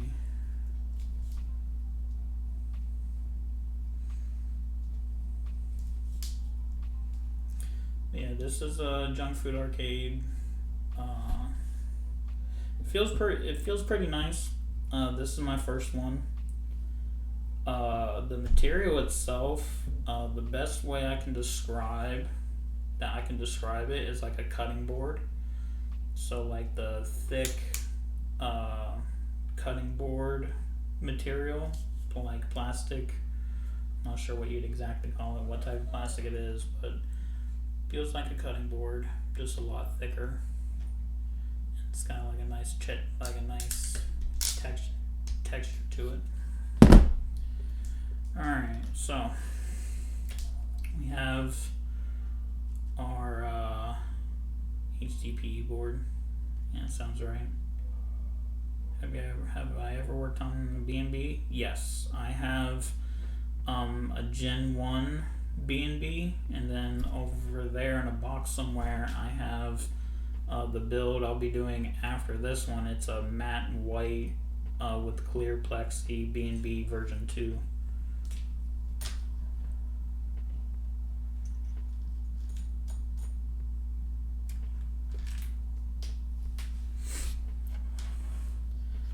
And I'm trying Trying to drill plexi is tough because it's easy to crack if you don't do it right. You gotta have like really sharp bits and go slow.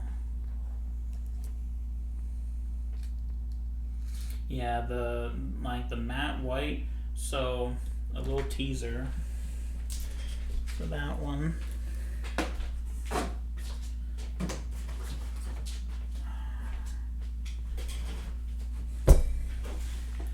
So a little teaser, and if any of you steal my idea, I'm gonna do call outs.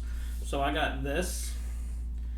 Now this looks white, but it's actually clear, and the hexagon pattern. I'm not sure if you can see it. Maybe over here. It's got like a holographic rainbow effect to it.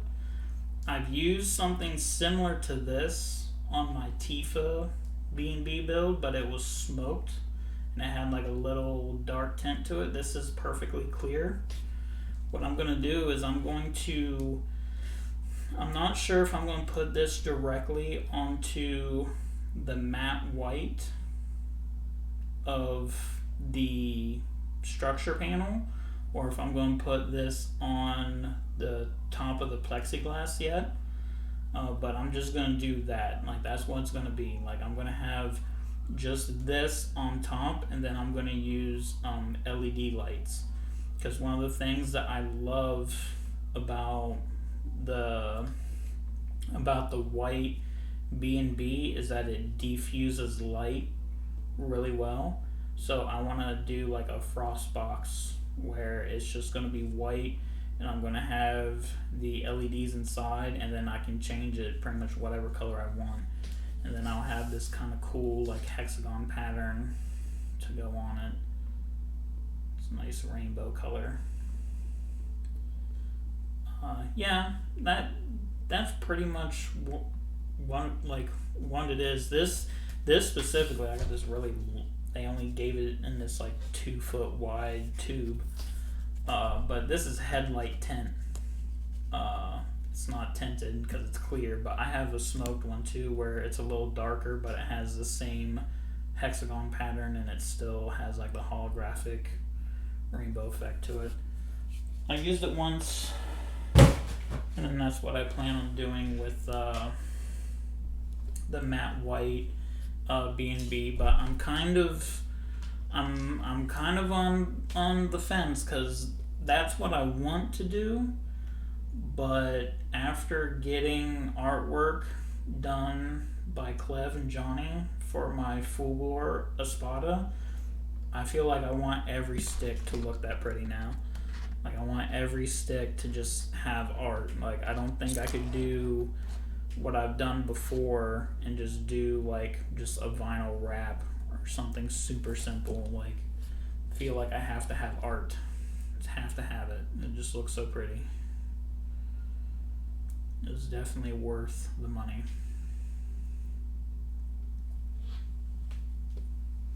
It probably does. Like you could go and do you could probably email Focus Attack and say I would like to order like a custom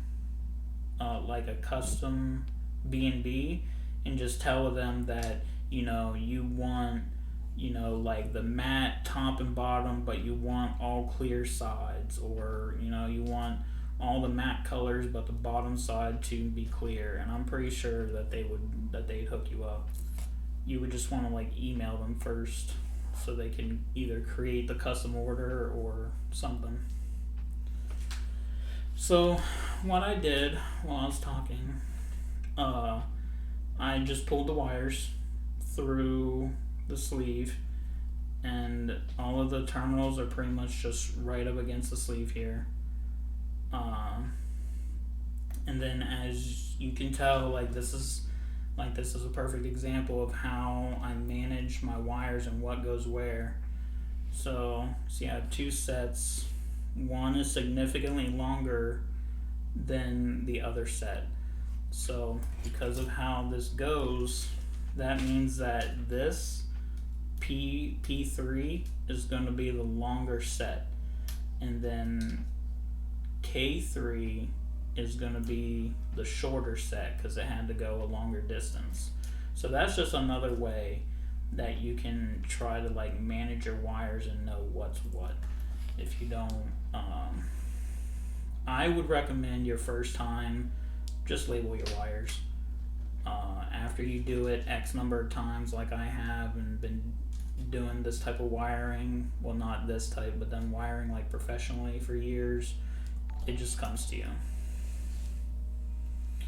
Golden is now following. Thank you, good sir, or ma'am, or attack helicopter, whatever it is you'd like to be.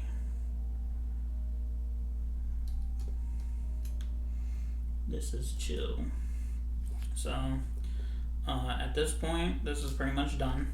I'll just slide this through and fit it through, but I want you guys to take notice here. So, got these nice little quick disconnects. Literally just line them up, if I can get a hold of it. Line them up. They go right on. Line them up. They go right on.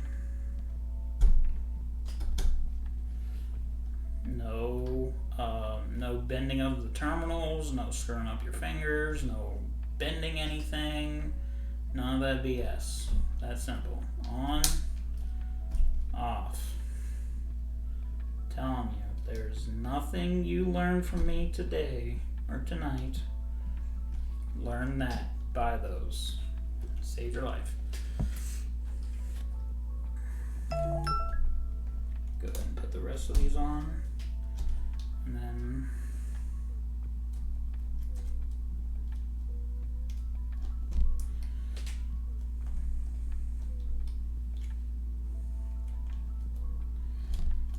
goes on. And then how I have everything here, because of this nice little recessed cut, CNC'd into the panel, I'm just basically going to use the wire comb as pretty much like a little guide, a little stand for the wires, and then I'll just run it through the first bit here, pull it tight, meh the game. I lost the game. Now those of you who know about the game have lost the game too.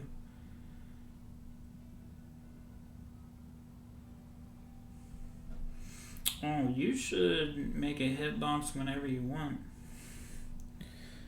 Because me, I will be honest, and I will admit it, I hated using a stick. I was one of those people where the first stick I bought was one of those Mad Cat TE Pluses for the PlayStation 4, the red, white, and black one with the Ryu art on it, and I tried using it for, at the time, Killer Instinct. After I'd been using pad for like since I was playing it, I've been playing Killer Instinct on pad since 2013 up until recently, and I just hated it. Like I was so frustrated, and I just gave up on it. Like I gave up on stick. And then it was 2018 or 19. I just happened to I was watching one of the tournaments, and they advertised Marvelous Custom. So I think it was Evo. It was one of the Evos, and they had an advertisement for Marvelous Customs, and then that's when I started to find out that they make custom cases and PCBs and stuff. And then the first one I bought was a Panzer III from Jason, and it was a hitbox layout, and it came with the easy build system where it was just like the buttons, and then you screwed down the PCB that pretty much covered the buttons, and you had the little pigtails with the JST connectors, and you just plugged everything in. It was so easy. It was easy bake oven stuff. And put it together, and then once I put it together, I wrapped that one in vinyl, and then after that, I was like hooked.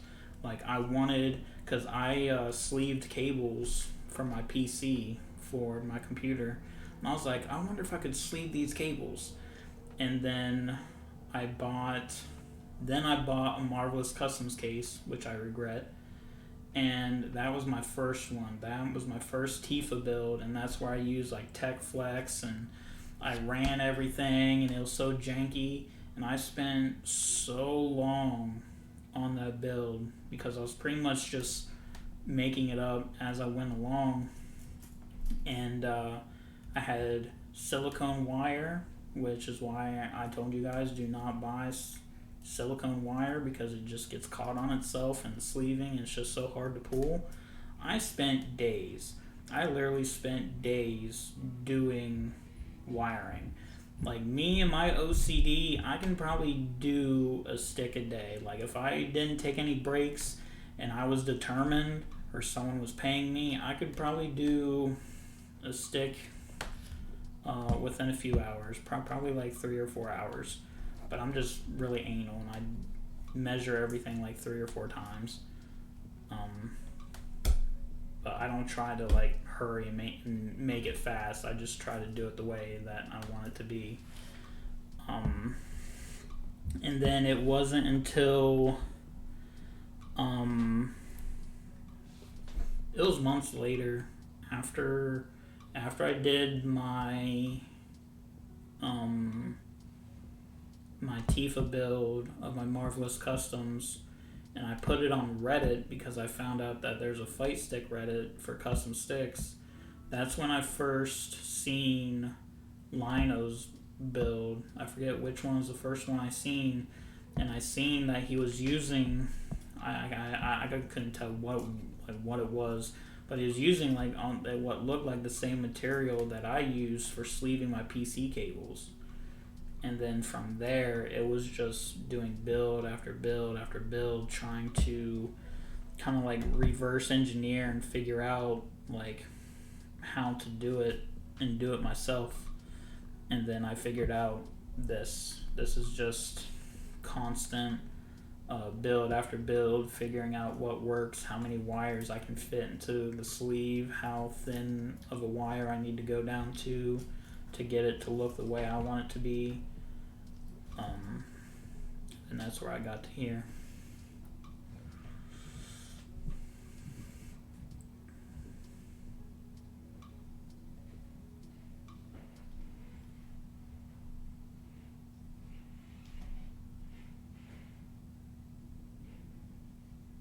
Yeah, like for me, like just using a hitbox just felt better.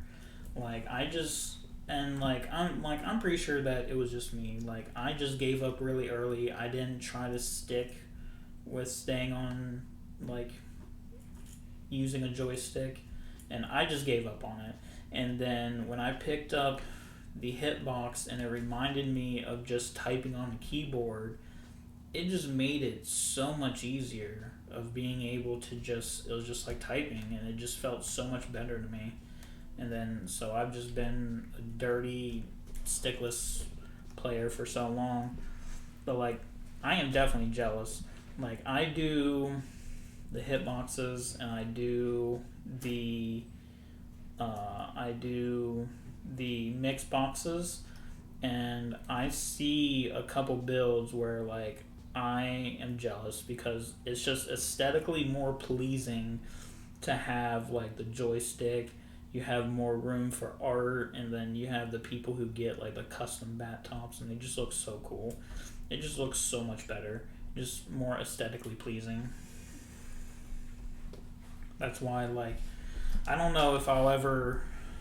I know that there is a couple people that have asked me to wire stuff for them, and I kind of hope that they go a stick route, because that's something that I haven't done yet.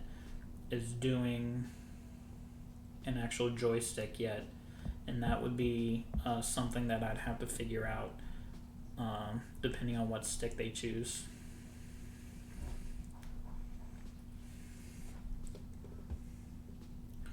Yeah, I mean, I don't know, because I've never really priced the different types of joysticks, and I know like joysticks you can customize with so much stuff now, 3D printed parts and extra stuff that like Buttero is doing, and it's kind of nuts.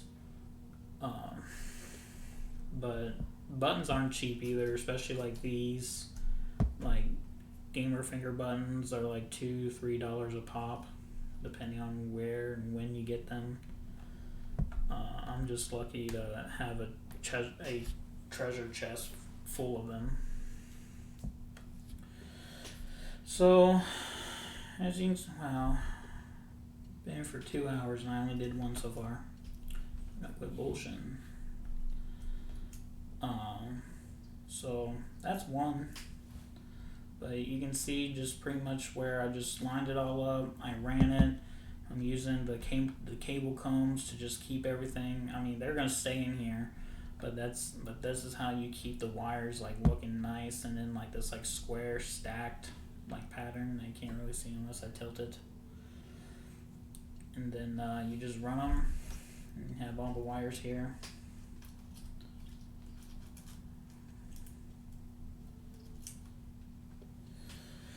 All right. Next one.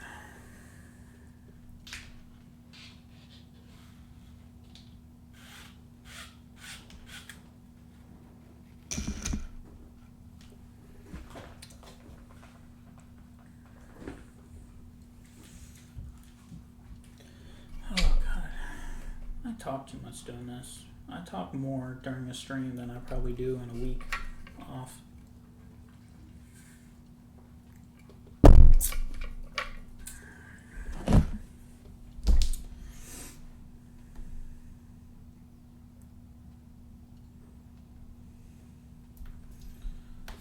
Cutting the length of the thread protector off.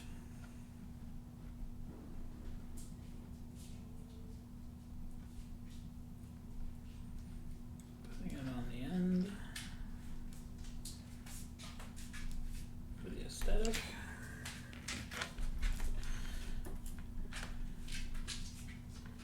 Thank you, Coco. Safe for work. That's what I'm gonna say. Coco, safe for work. So, same thing as before. Gonna have the thread protector here on the end of the sleeve. And then going to pretty much line it up where I want it to be, which is gonna be like right on the edge of the wire nut. Depending on your button will vary. And just line that up. And then because how this is going to go, I'm going to run this one on top of the one I just did. So it's just going to run through this sleeve. Boy.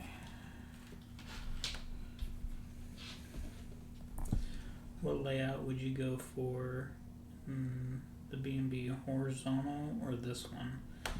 I can tell you that for my B&B, I did horizontal, which, hold on, I'll go grab that.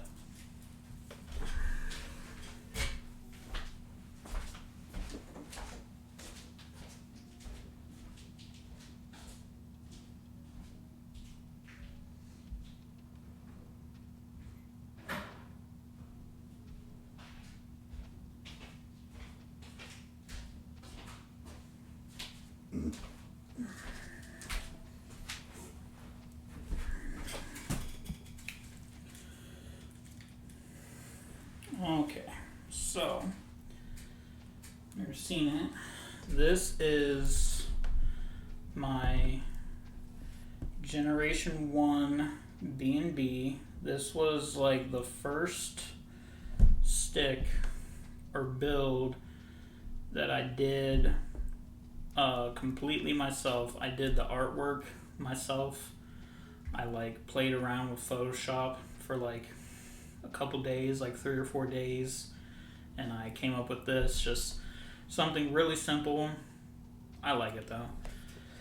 Then these are crowns. These are my first and only set of crowns. They have these custom, well, they're not custom, but let's see here.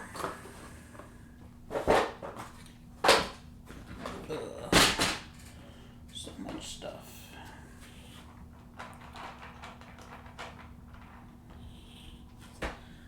The crowns have these Cali box switches. They're called Cyberpunk Switches. I got like a bag of like 110 of them off of Drop.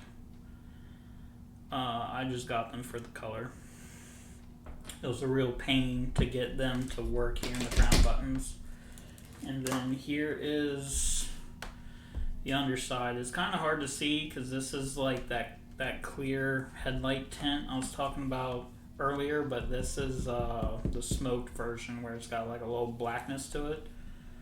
But yeah, you can see it right there. You can see where I just went straight across in a horizontal pattern. And then for the movement buttons, I did pretty much what I'm doing for here on the version 2, where it's just these two come straight across and then they feed in through there, and then I have another wire going through those two. And then this is the double braided USB cable that I did, and then each one of the aux buttons, they each have a single line going through them. And I have the Pro connector. Oh no, this is not my first one. I only have this Tifa build. My first Tifa one was a Marvelous Customs. This is my second one. The Marvelous Custom one, I took that apart. I took that apart and I salvaged it for parts. I still have the case in a box somewhere, but I salvaged the buttons and the Brook board. And then this one's cracked a little bit because I dropped it, but I got replacement panels that I'm gonna replace. I'm gonna replace that piece. But yeah, this is it, and then this is the first time, the only time that I've used this like holographic hexagonal headlight tint, and it came out so well. Like, they didn't have clear when I bought this. Like, clear was sold out for months because of COVID, and clear just came back on the market like a month or so ago, and I snatched out some clear. But this is like the smoked version where it's got a little darkness to it, so because of the light you can really see the wiring inside, but otherwise you wouldn't really be able to see it. It's kind of hard. But I really like this. That's why I'm going to use this on the matte white B&B.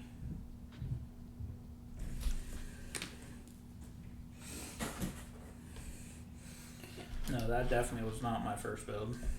That one is probably my first build to where I finally figured it out.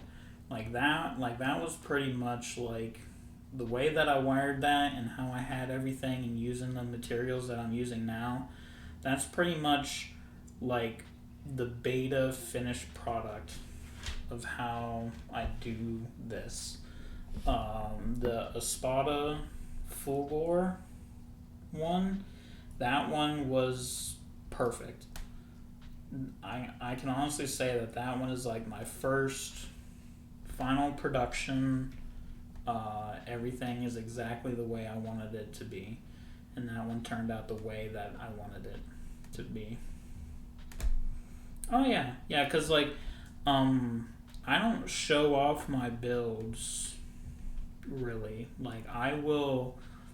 I'll do the build, I'll take the pictures, and like I'll throw them up on Reddit and social media and Discord for people to see. I'll answer questions and all of that stuff, and then I don't really post them again. I don't post my builds more than once. The only time I'll ever throw my like pictures of my build up again is usually only in Discord, and when someone is like asking a question or if it's like important to the conversation.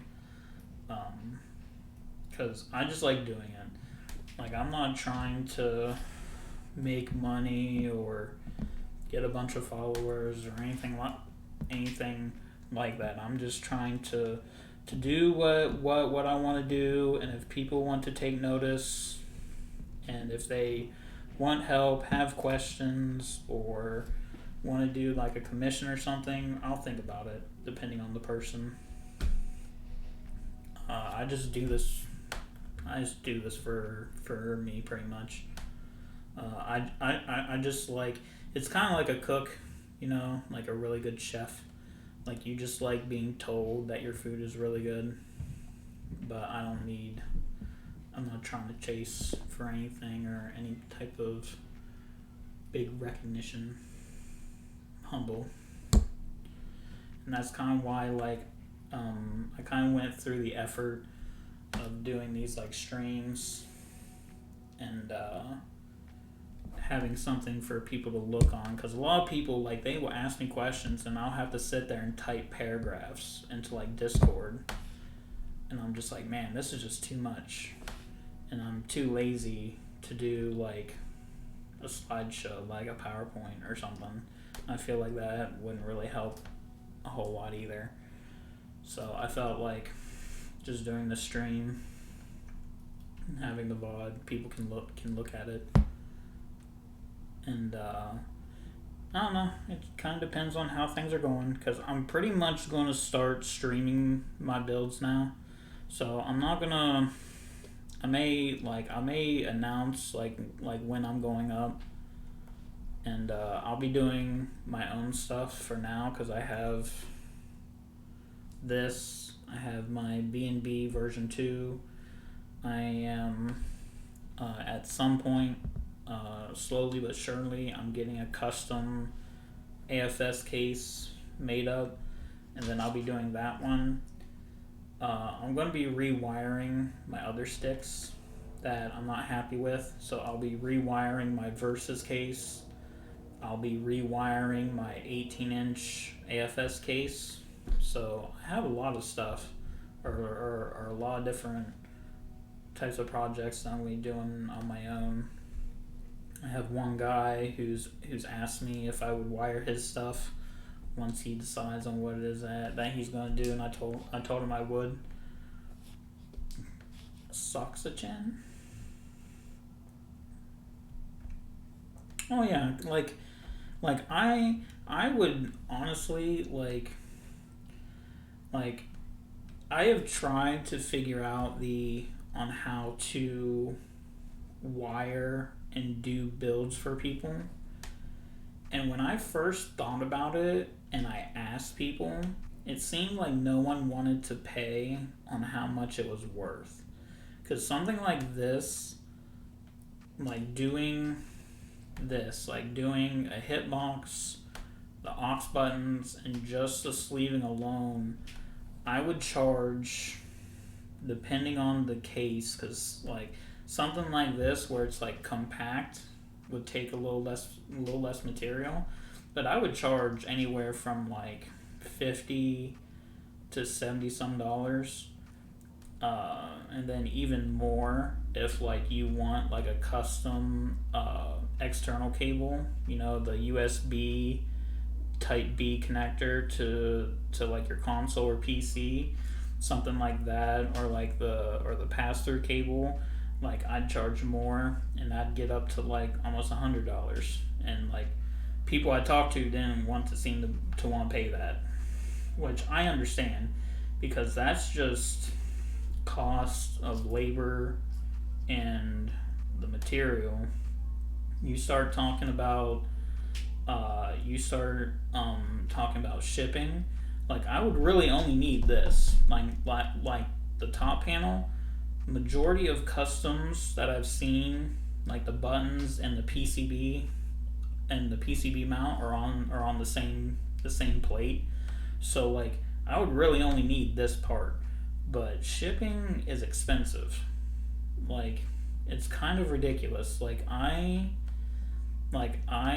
just sold my junk food arcade micro, which is probably like 2 to 3 pounds at most, and a flat rate ship box, and it costs like $15 or $16 to ship it from. I live in Virginia Beach, and it costs that much to send it out to New Jersey. So like shipping itself is like a killer. Like, and then especially if you're talking about like a heavy case, like if you have an AFS case, like that's just really expensive. And then you have something where like people don't initially trust you because you're just a stranger on the internet.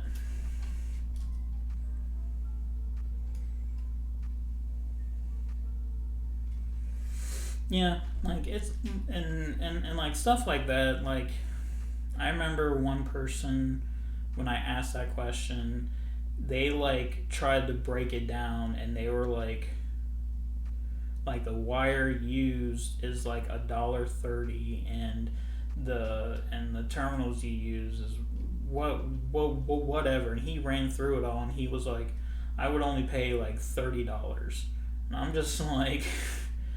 $30, like for $30, like I'll make you a custom like 20-pin harness with no sleeving for $30.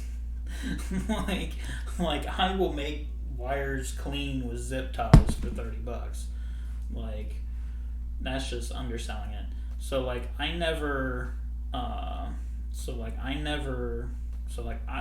thought about it, and like I've had people ask, but it's just really hard because you got that whole like internet thing. Like no one wants to pay almost $100 for a case and send it to a stranger to wire for like another $100, and then you have your parts, like it's $100 or less for a PCB, and then for buttons it's like depending on your button, some buttons are really expensive, some are not. That's why, like, the one person that I've talked to who wants me to wire something for them, we just know each other. He's not like a local guy, but he's someone that he knows that he can trust me. Although I guess now that I'm streaming, it'd probably make people feel better if I was streaming too, and they could just see it being done.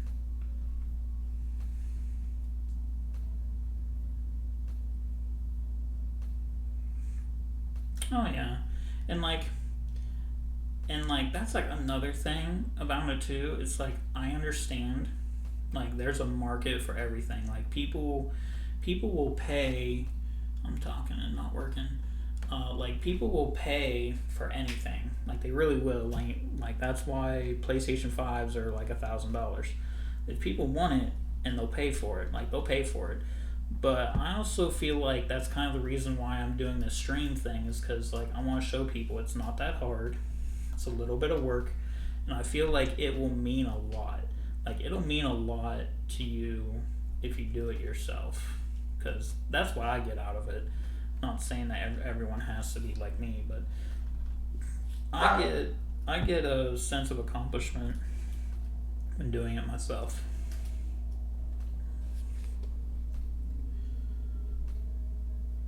Alright, I think we are pretty much in there.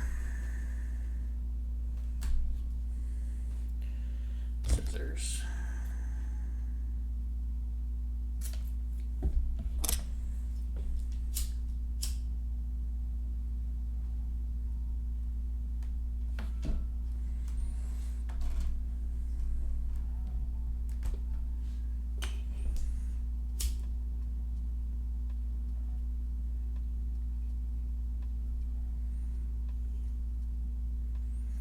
And then, yeah, I mean, some people just like doing it themselves. Like, I definitely did. Like, I definitely like it. Like, I definitely look back on some of the stuff that I've done and like I cringe a little bit. I'm like, man, I can't believe I did that. But that was just like the growing pains of figuring out how to do the things that how I wanted to do it. And then that's kind of why I want to like stream it and show people, because I want people to feel like they can do it. They can do it themselves, and if they want to steal my tech, they're more than welcome to it. Like, I don't mind one bit.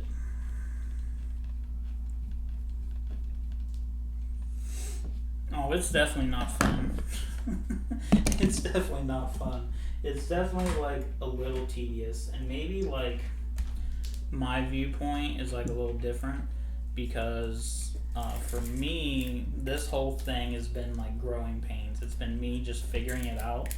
So like when you're figuring it out and you're sitting there and you're trying to figure out how to get all the wires to fit, and you're like pulling on the sleeving with your fingertips, like gripping really hard, and eventually your fingertips start to get like worn a little raw and stuff. Like, it's not fun. But I kind of did the growing pain for you guys, and it still sucks. Like I hate doing external cables, like doing custom cables for like the US from like the Nutric cable to like the PC or console or whatever. That is a pain in my ass. That sucks so much, because you're using I get my stuff from to do those. I get them from Zap cables. So you get the cable that's like a 4 conductor, and then you get paracord, like 505 cord. So it's like cloth. It's like a polyester cloth, and then I'll get like the extra sleeving that goes over it, and it's more like Tech Flex and it's plastic. But getting that paracord over the cable, like a 5 or 6 foot cable, especially a 6 foot, it is painful. It is so painful, because you're basically getting rope burns on the tips of your fingers, because you can only push it just like a little bit at a time, and then you gotta grab it and then pull it all down. And I hate doing that. I would rather do this on like 3 sticks in a row before I do one external cable. Hate those things. It's just such a pain. It takes so long.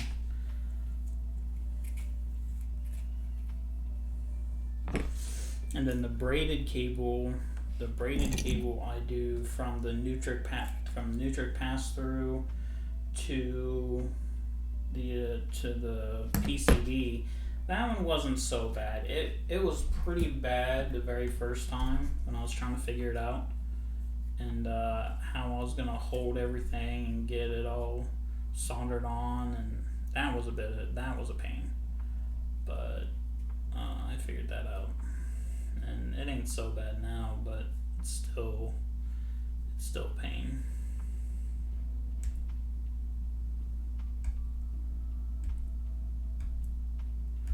Oh yeah, I'm probably just gonna. I don't even know what time it is. What time is it? It's only 9:30. I may be on for like another hour or so. I'm not really sure. I'm not sure if I'll end up doing the aux buttons tonight. I may just stream again during the weekend, or I'm not sure when. Ring that notification bell, amigo. Remember to like, comment, and subscribe. Be super chill. Words I never thought I'd say. Definitely don't mean it. Sleeve the cable for the wireless board. When do you mean? a cable for the wireless board. Like which cable?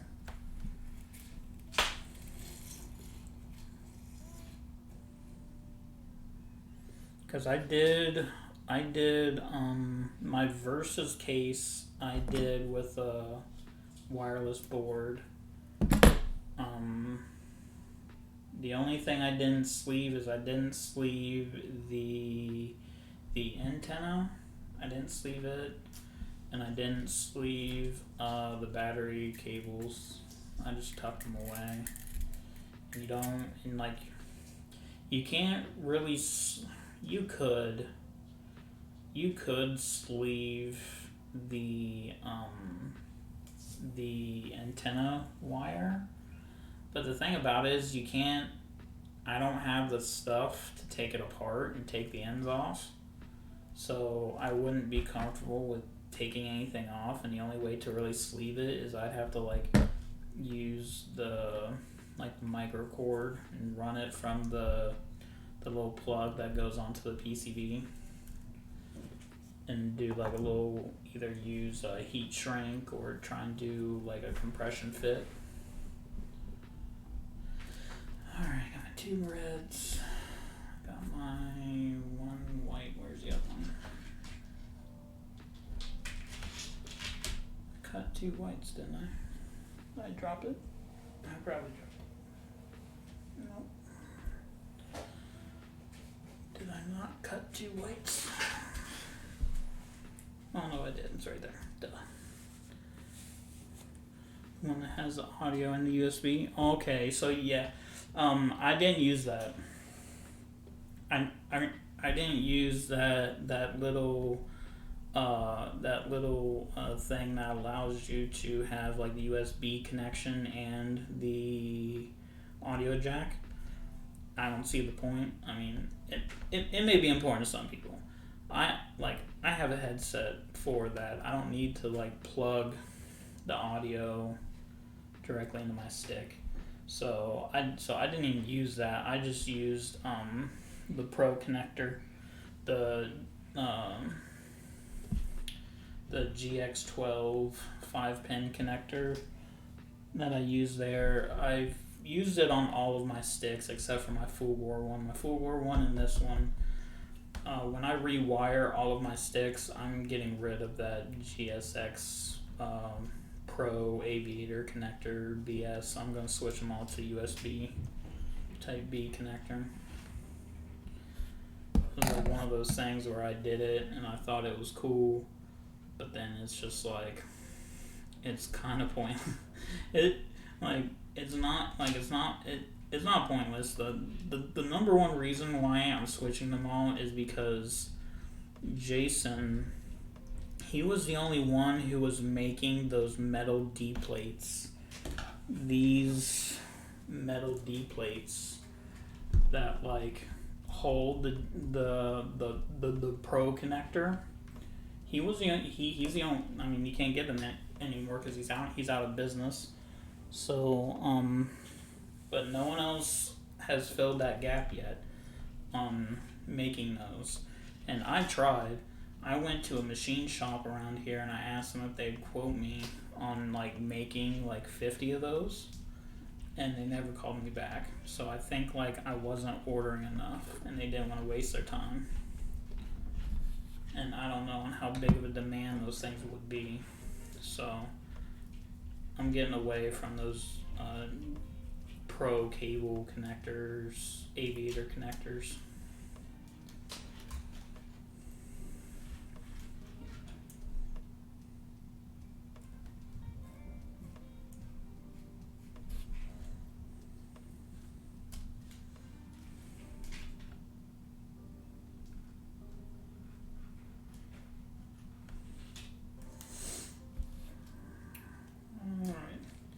But yeah, I mean, that one, the thing with that cable is that it's a ribbon type cable, and it has the, I think it's a JST type connection, I'm not sure, but it has that connector on the end. So like, Nutric dimensions, yes, those D plates that Jason used to have, those are pretty much exactly the dimensions of a Nutric adapter. Like, they fit really nice into like the little rubber grommet that you can get, or Butter Rose 3D printed ones that he makes with the USB Type B support that you insert into the Nutric adapters. It fits really nice in there, like pretty much flush. They stick out above the rim of the Butter Rose ones just a little bit. Oh no, it's fine. I've already made the decision to swap them all out anyway. I'm gonna swap them all out, and then I will, depending how I'm feeling. I don't know if I'll just run new wire and sleeve new ones when I make the new pass-through cable. But if I keep them intact, I'll just sell them to people. Like, if they want them, I'll sell them the D plate with the connector on, and the wires are already soldered and braided and all that. I'll just sell them, or I'll hold on to them. I don't know. Depends if anybody wants them. Cause I didn't know about the Buttero support ones, and how it pretty much extends the life of those Nutric connectors by having a little 3D printed insert. That's like a Hall of Fame moment. Buttero makes so much stuff. If there's an FGC Hall of Fame, he definitely needs to go in there. He makes so much cool shit. Just the most awkward stuff too. Just stuff you don't even think about. You don't think it could be any better, and then he's just check out this 3D stuff I made. And you're like, holy shit, I didn't know we needed that kind of stuff. I haven't really been doing this for that long, since 2019 or so. And I cannot believe that it took so long for someone to develop and come out with a snap out tool for snap out buttons.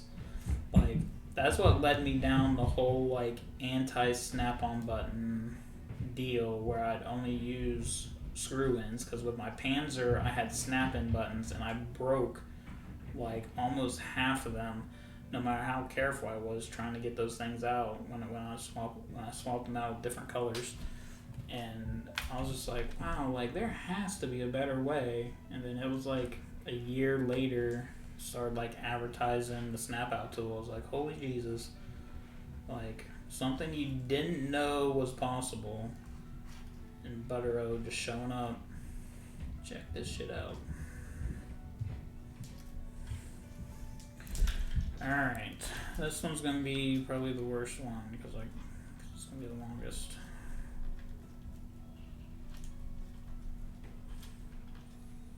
Yeah, I'm not sure how wide the hole is for the Pro connector. I measured it and wrote down dimensions and drew it up when I took it to a machine shop. I can't remember what it is off the top of my head.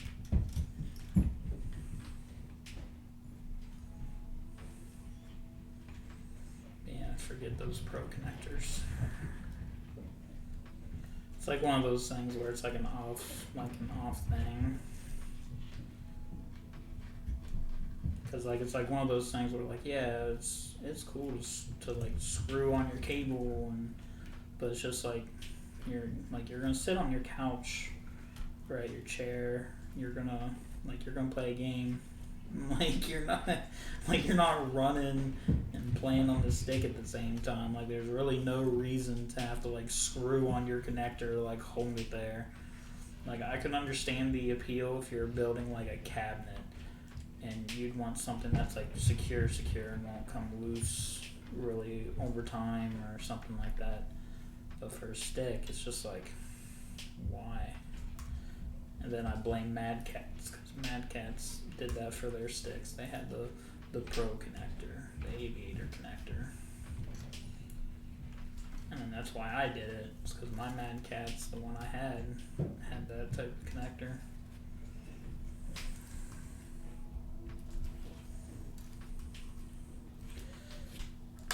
Oh boy. Not sure if you can hear all that.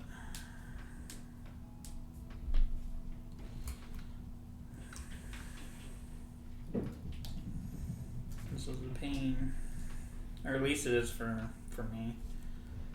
Like my fingers, my joints, like they're not bad. Like I don't have arthritis. It's just like when I'm doing this, it's like repeated movement. Just pinching really hard, pushing up, pulling it back. It's a real pain.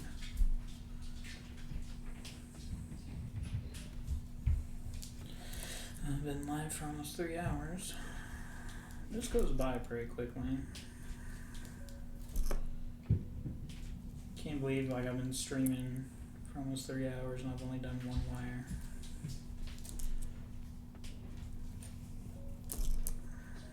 Talking, getting distracted.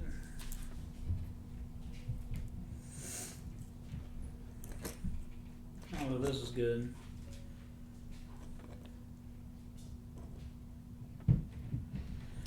Yeah, that's gonna be a hard one.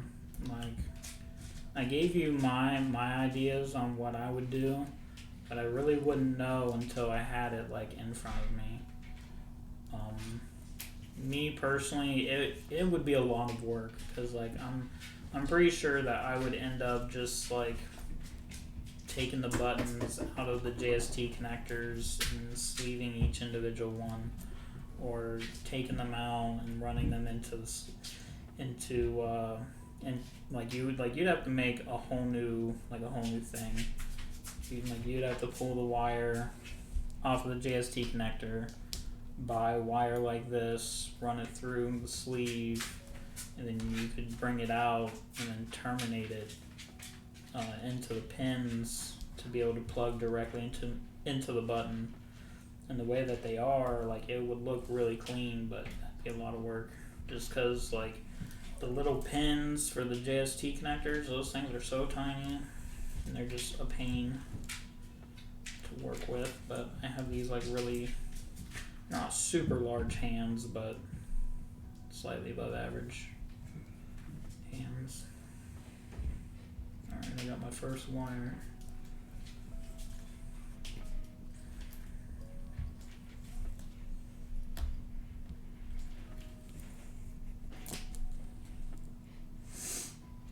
I never got any of those Paradise Arcade MX buttons. I've thought about it. Like when I had my Panzer. Yes, I have the same username everywhere. Twitch, YouTube, PSN, Xbox, Steam. It's pretty much the same. The only difference is it will depend if the platform allows for a space or not. The platform allows for a space or not, and I have to fill it in with an underscore. That's really the only difference. But just searching for it, you'll find it. I'm like the only one, even on Steam, which is really weird because on Steam, like you search for someone on Steam, and no matter how crazy the name is, like you search for it, and there's like 20 plus results for like a really awkward name, but I'm the only one. At least last time I looked anyway. Artorias.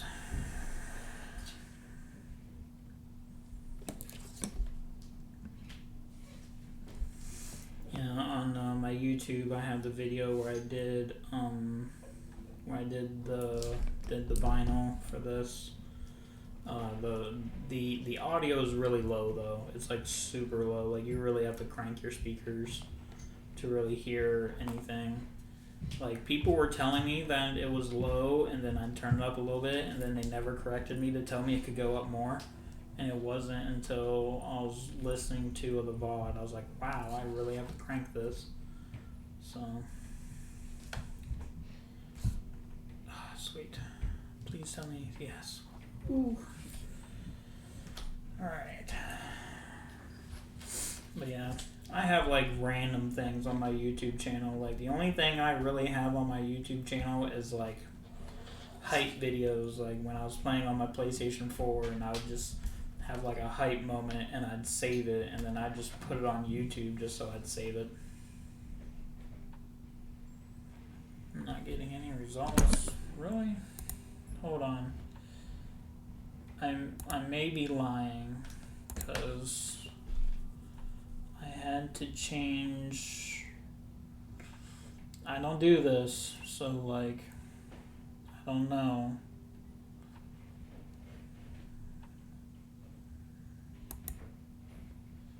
Yeah, so see, it went back to my real name.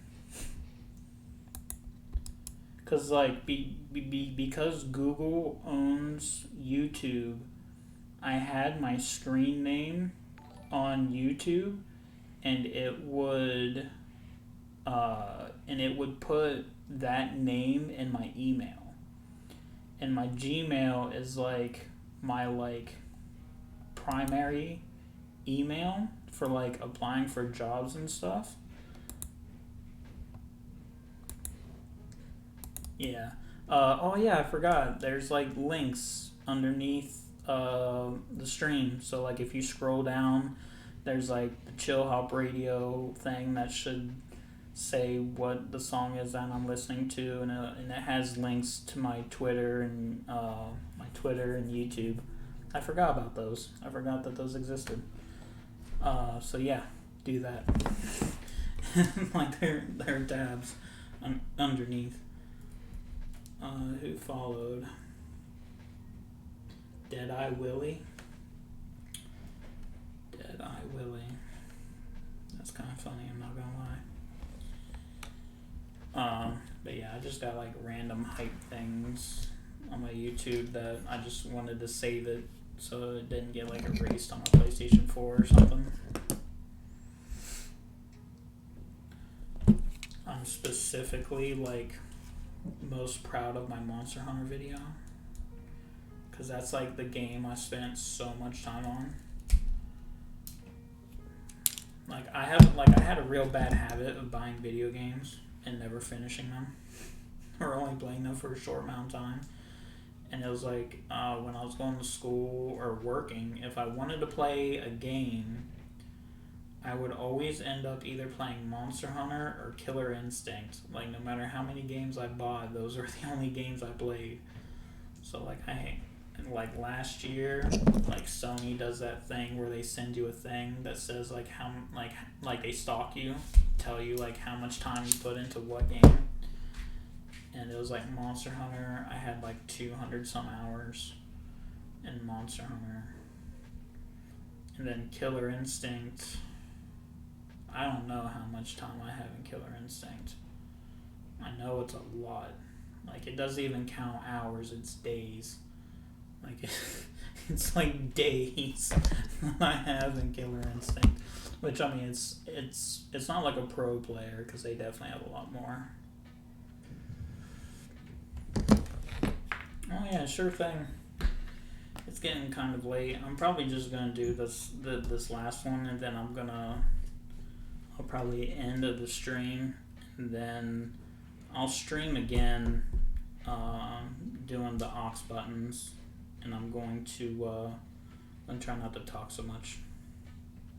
I want to learn KI Riptor specifically.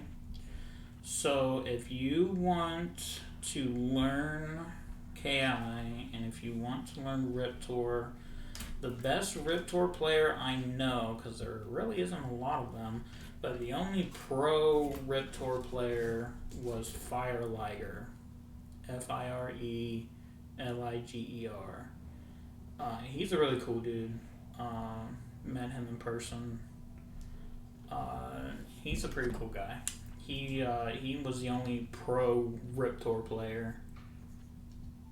Riptor's kind of nuts. Once you get it down. Hey, did you ever figure out the 12-volt LED works? No, not yet, because I'm in this phase. I'm pretty sure that it will. Just because I'm pretty sure that on the circuit board, there's just a step-up circuit to change the 5-volt into 12. Just because it is a USB-powered light strip, and a USB can only output 5 volts. So it's not like a USB port can pump out more, unless you start talking about like USB-C or something. So I'm pretty sure, and I'm pretty confident that it'll work. That somewhere on the PCB itself, it has a step up to turn it from 5 to 12. Because that's the only way that it would realistically work. Being USB powered. Now, whether or not it will affect how bright it can get, that's something that I'm more concerned about. But we'll see. I'll be doing that. I'll probably be doing that the next stream, to be honest. Or at least I'll try it out.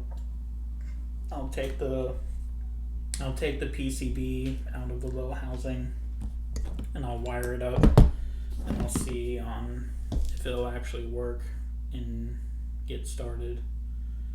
Because once I get this done and I button this up and I run the wire, off stream I'll put in the pads and I'll put in the clear plexiglass sides, and then I'll mount the buttons, and then next time I stream I'll struggle with those. You guys can watch me struggle trying to pull 6 wires through one sleeve. It's definitely not fun because it's the absolute max that I can fit.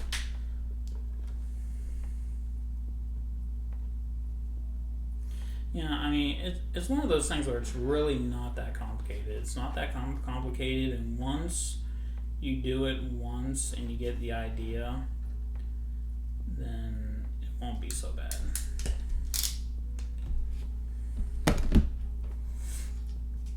But yeah, like I definitely want to see if the 12-volt LED works, because the 12-volt LED strip, I forget what it's called, the specific type of chip, but it has a controller chip to where you can individually control like a group of like 3 LEDs or 4 at a time, and have like that more flexibility, because like the 5-volt traditional LED strips that you get off Amazon, like you link them up to your phone or whatever, and you can only change like the color. Like you can do like one color, you can have the whole strip and it'll like rainbow shift through all the colors.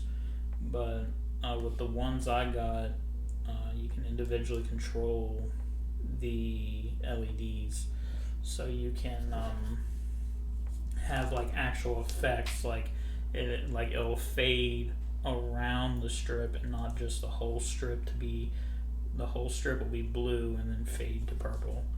It'll go in like individual and have a little more customization to it. Yeah, I mean 5 volts is what you want, because that's all that the board supplies is 5 volts. It's just the one I bought that I'm going to try out, it says 12 volts, but it's USB powered.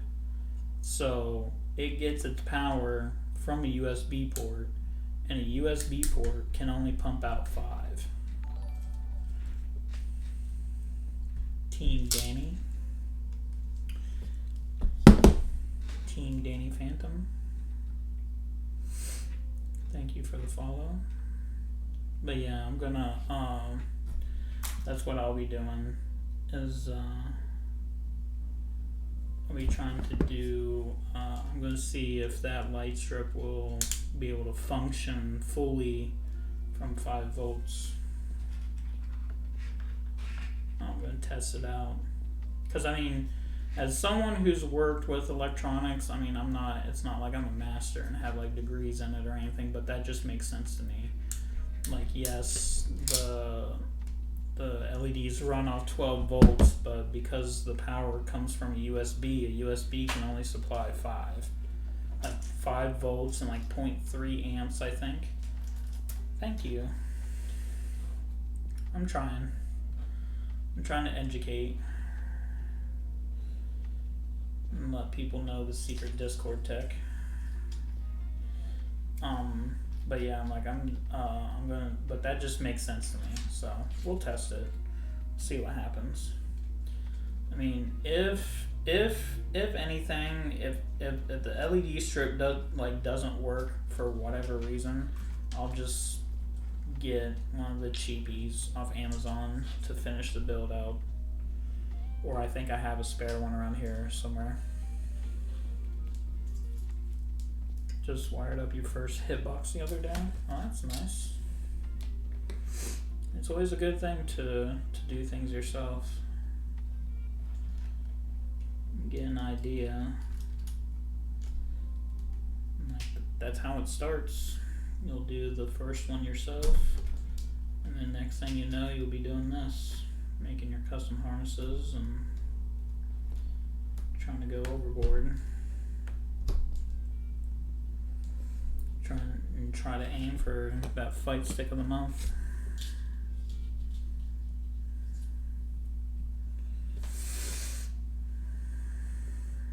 And same thing. You can see where I cut the wires all the same. So I have one set that's like longer than the rest of them. And that's how you can tell what set goes where. No need for labeling or anything fancy.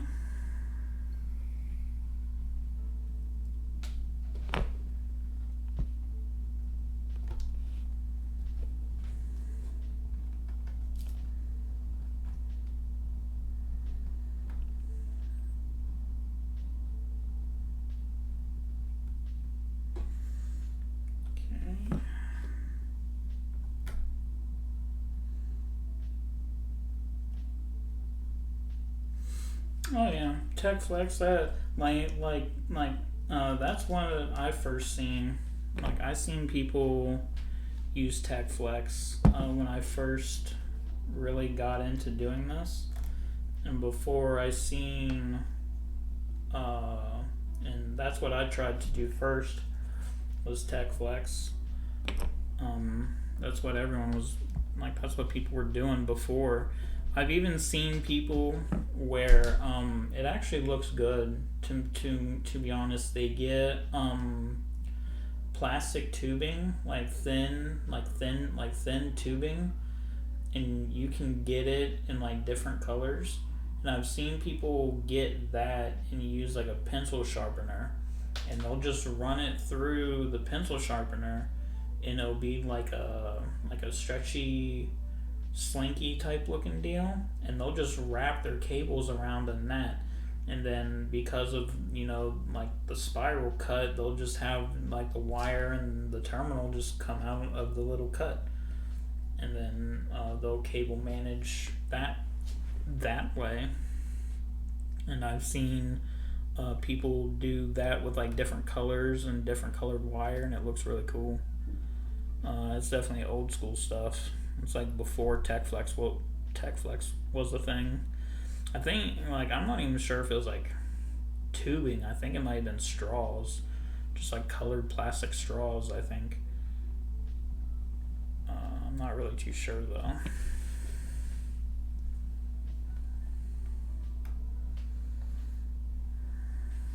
Okay. And that is that. 3 hours and did 2 wires. Holy shit. Oh, it took so long. Looks like I only do 2 wires. Be distracted talking. It's alright. I had a lot more fun. I like answering questions and helping people.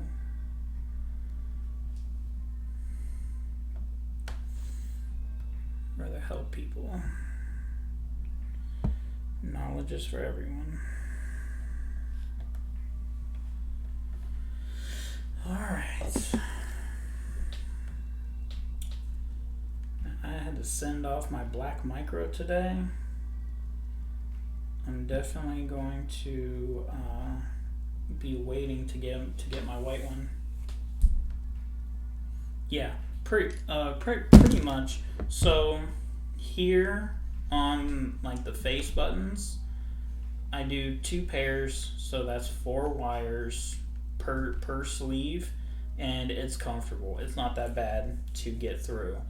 On the sides, where most of the cases you see will have like 3 buttons, your start, select, and home, and then the other ones like L3, R3, and the touchpad button, I can fit 6 wires, 6 30 gauge in a sleeve, and it's like packed. Like that's like the absolute max that you can comfortably get through.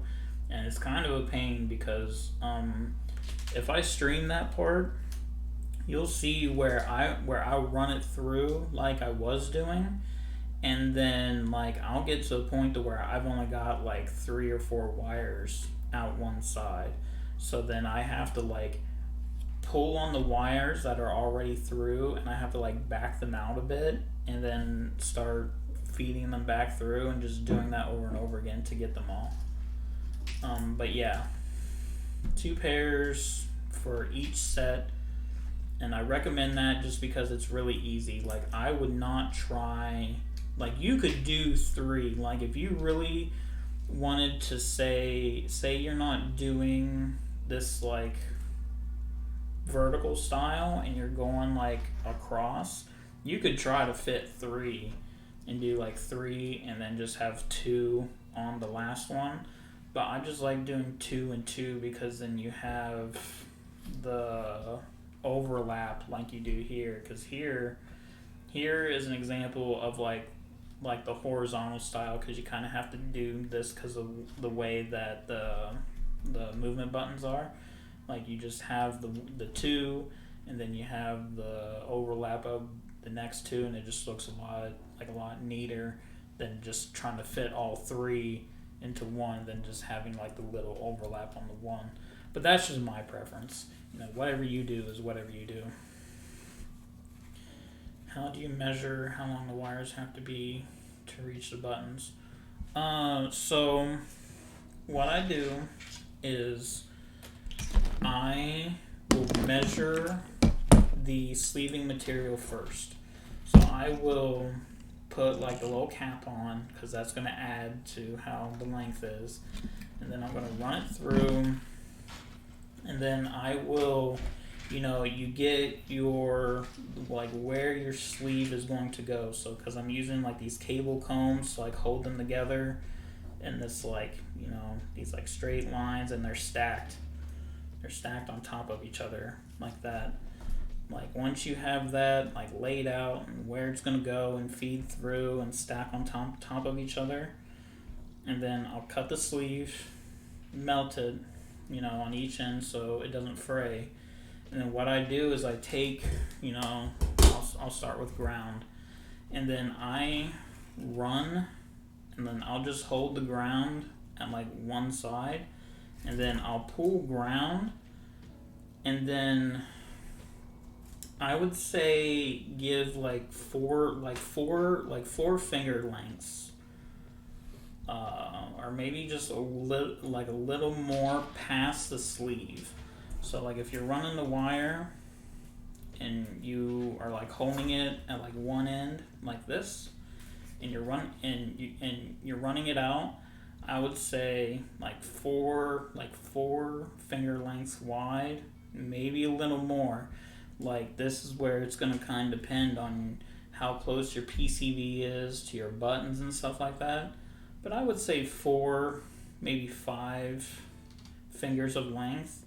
So, because then once you feed the wire through the sleeve and you get to where you have wire on like each end, you're gonna strip and crimp on the connectors on this side. And then once you do that, you're going to start pulling the wires completely through to where they're pretty much flush like this. And there's only this like little bit of wire that's only really there so it can reach the like these terminal posts. And then, you know, like you'll give it like a little tug so you can like center the sleeve in the button. And then that's it. And then the rest of this is for the PCB on wherever it needs to go. So like you see here, I have pretty much from the edge, like pretty much the length of a PCB. So I would give it like a little more because, you know, what I do with it right here. So like things like your movement buttons don't really have to be that long because they're gonna reach and be like right up here up front. But things like your 3 and 4 Ks, like you want them, or your 3 and 4 P and Ks, you want them to be a little long because they're gonna come up to here and reach pretty much the length of the board. So that'd probably be like the best guesstimate, I guess, because UFB like that, broke PCB, it's about 5 fingers in length. I'm not sure what the actual length is. What is the actual length of this? I've actually never measured.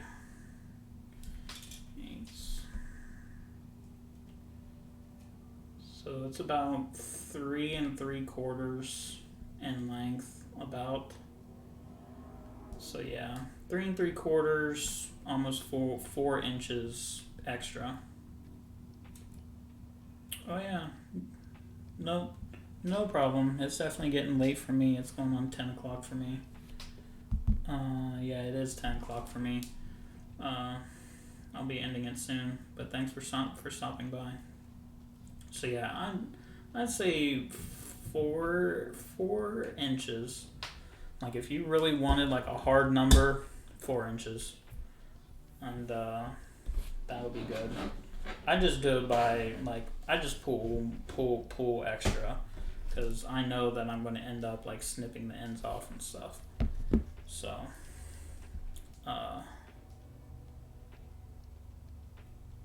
nice. Yeah, I got I'm not gonna have a cover that goes over the whole thing, but I got a bunch. I got a Buttero hooked me up with a bunch of those those screw terminal covers, because he's a god and he gets me. So he sent me like a whole box full. Alright. Who will I send you guys to?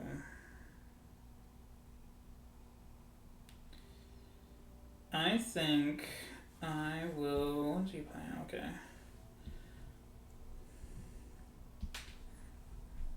Oh yeah, for sure. Buttero has them up on his site.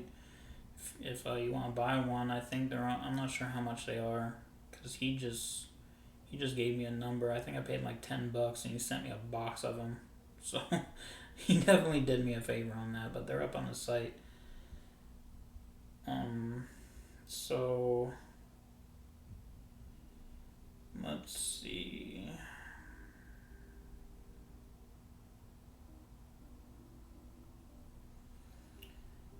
Let's send you guys to, what's the site name? I'll have that. Hold on. I don't want to butcher it. No, it's just like a cell phone. I don't remember numbers anymore. I save them. Yeah, that's what I thought. Okay, so here is the site or give me a right click option, that's fine. So this is the link for buttercade.com. This is Buttero's site where he has stuff up there. You can also go on Etsy. Like if you're familiar with Etsy and have an account on Etsy, if you go to Etsy and just search for Buttercade, he has his stuff up there too. And then depending on the product you're looking for, it may also be on Focus Attack too. I'm not sure if he sells to Arcade Shock or not, because I've never bought anything from Arcade Shock, to be honest. But you go there and he has like that, like that's where you go if you want like the snap out tool or the quick disconnect removal tool. I think he has that up on his site now. He's got a lot of good stuff up there.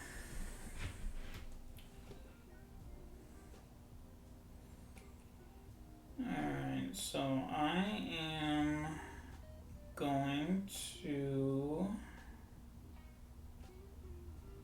Alright, I'm going to send you guys to a... I don't know where I'm going to send you.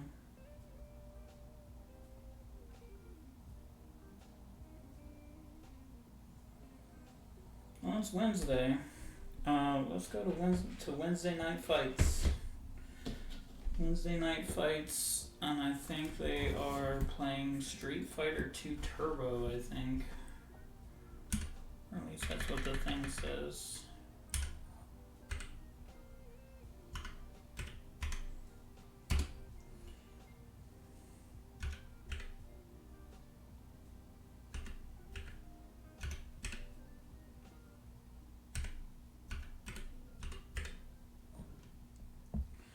You guys can get some classic retro action. Oh yeah, like I'm gonna be getting off now, so like I said, I will pull the VOD down in the morning and then I'll put it on my YouTube, and then I will link it in the various Discords and those servers. All of them except for the Fight Stick server. I'm not in that server, but I'm in all of the other ones. AFS, JXK. Like JXK is my home. That's pretty much where I'm at, is JXK. But I peruse the Buttercade, BitBang,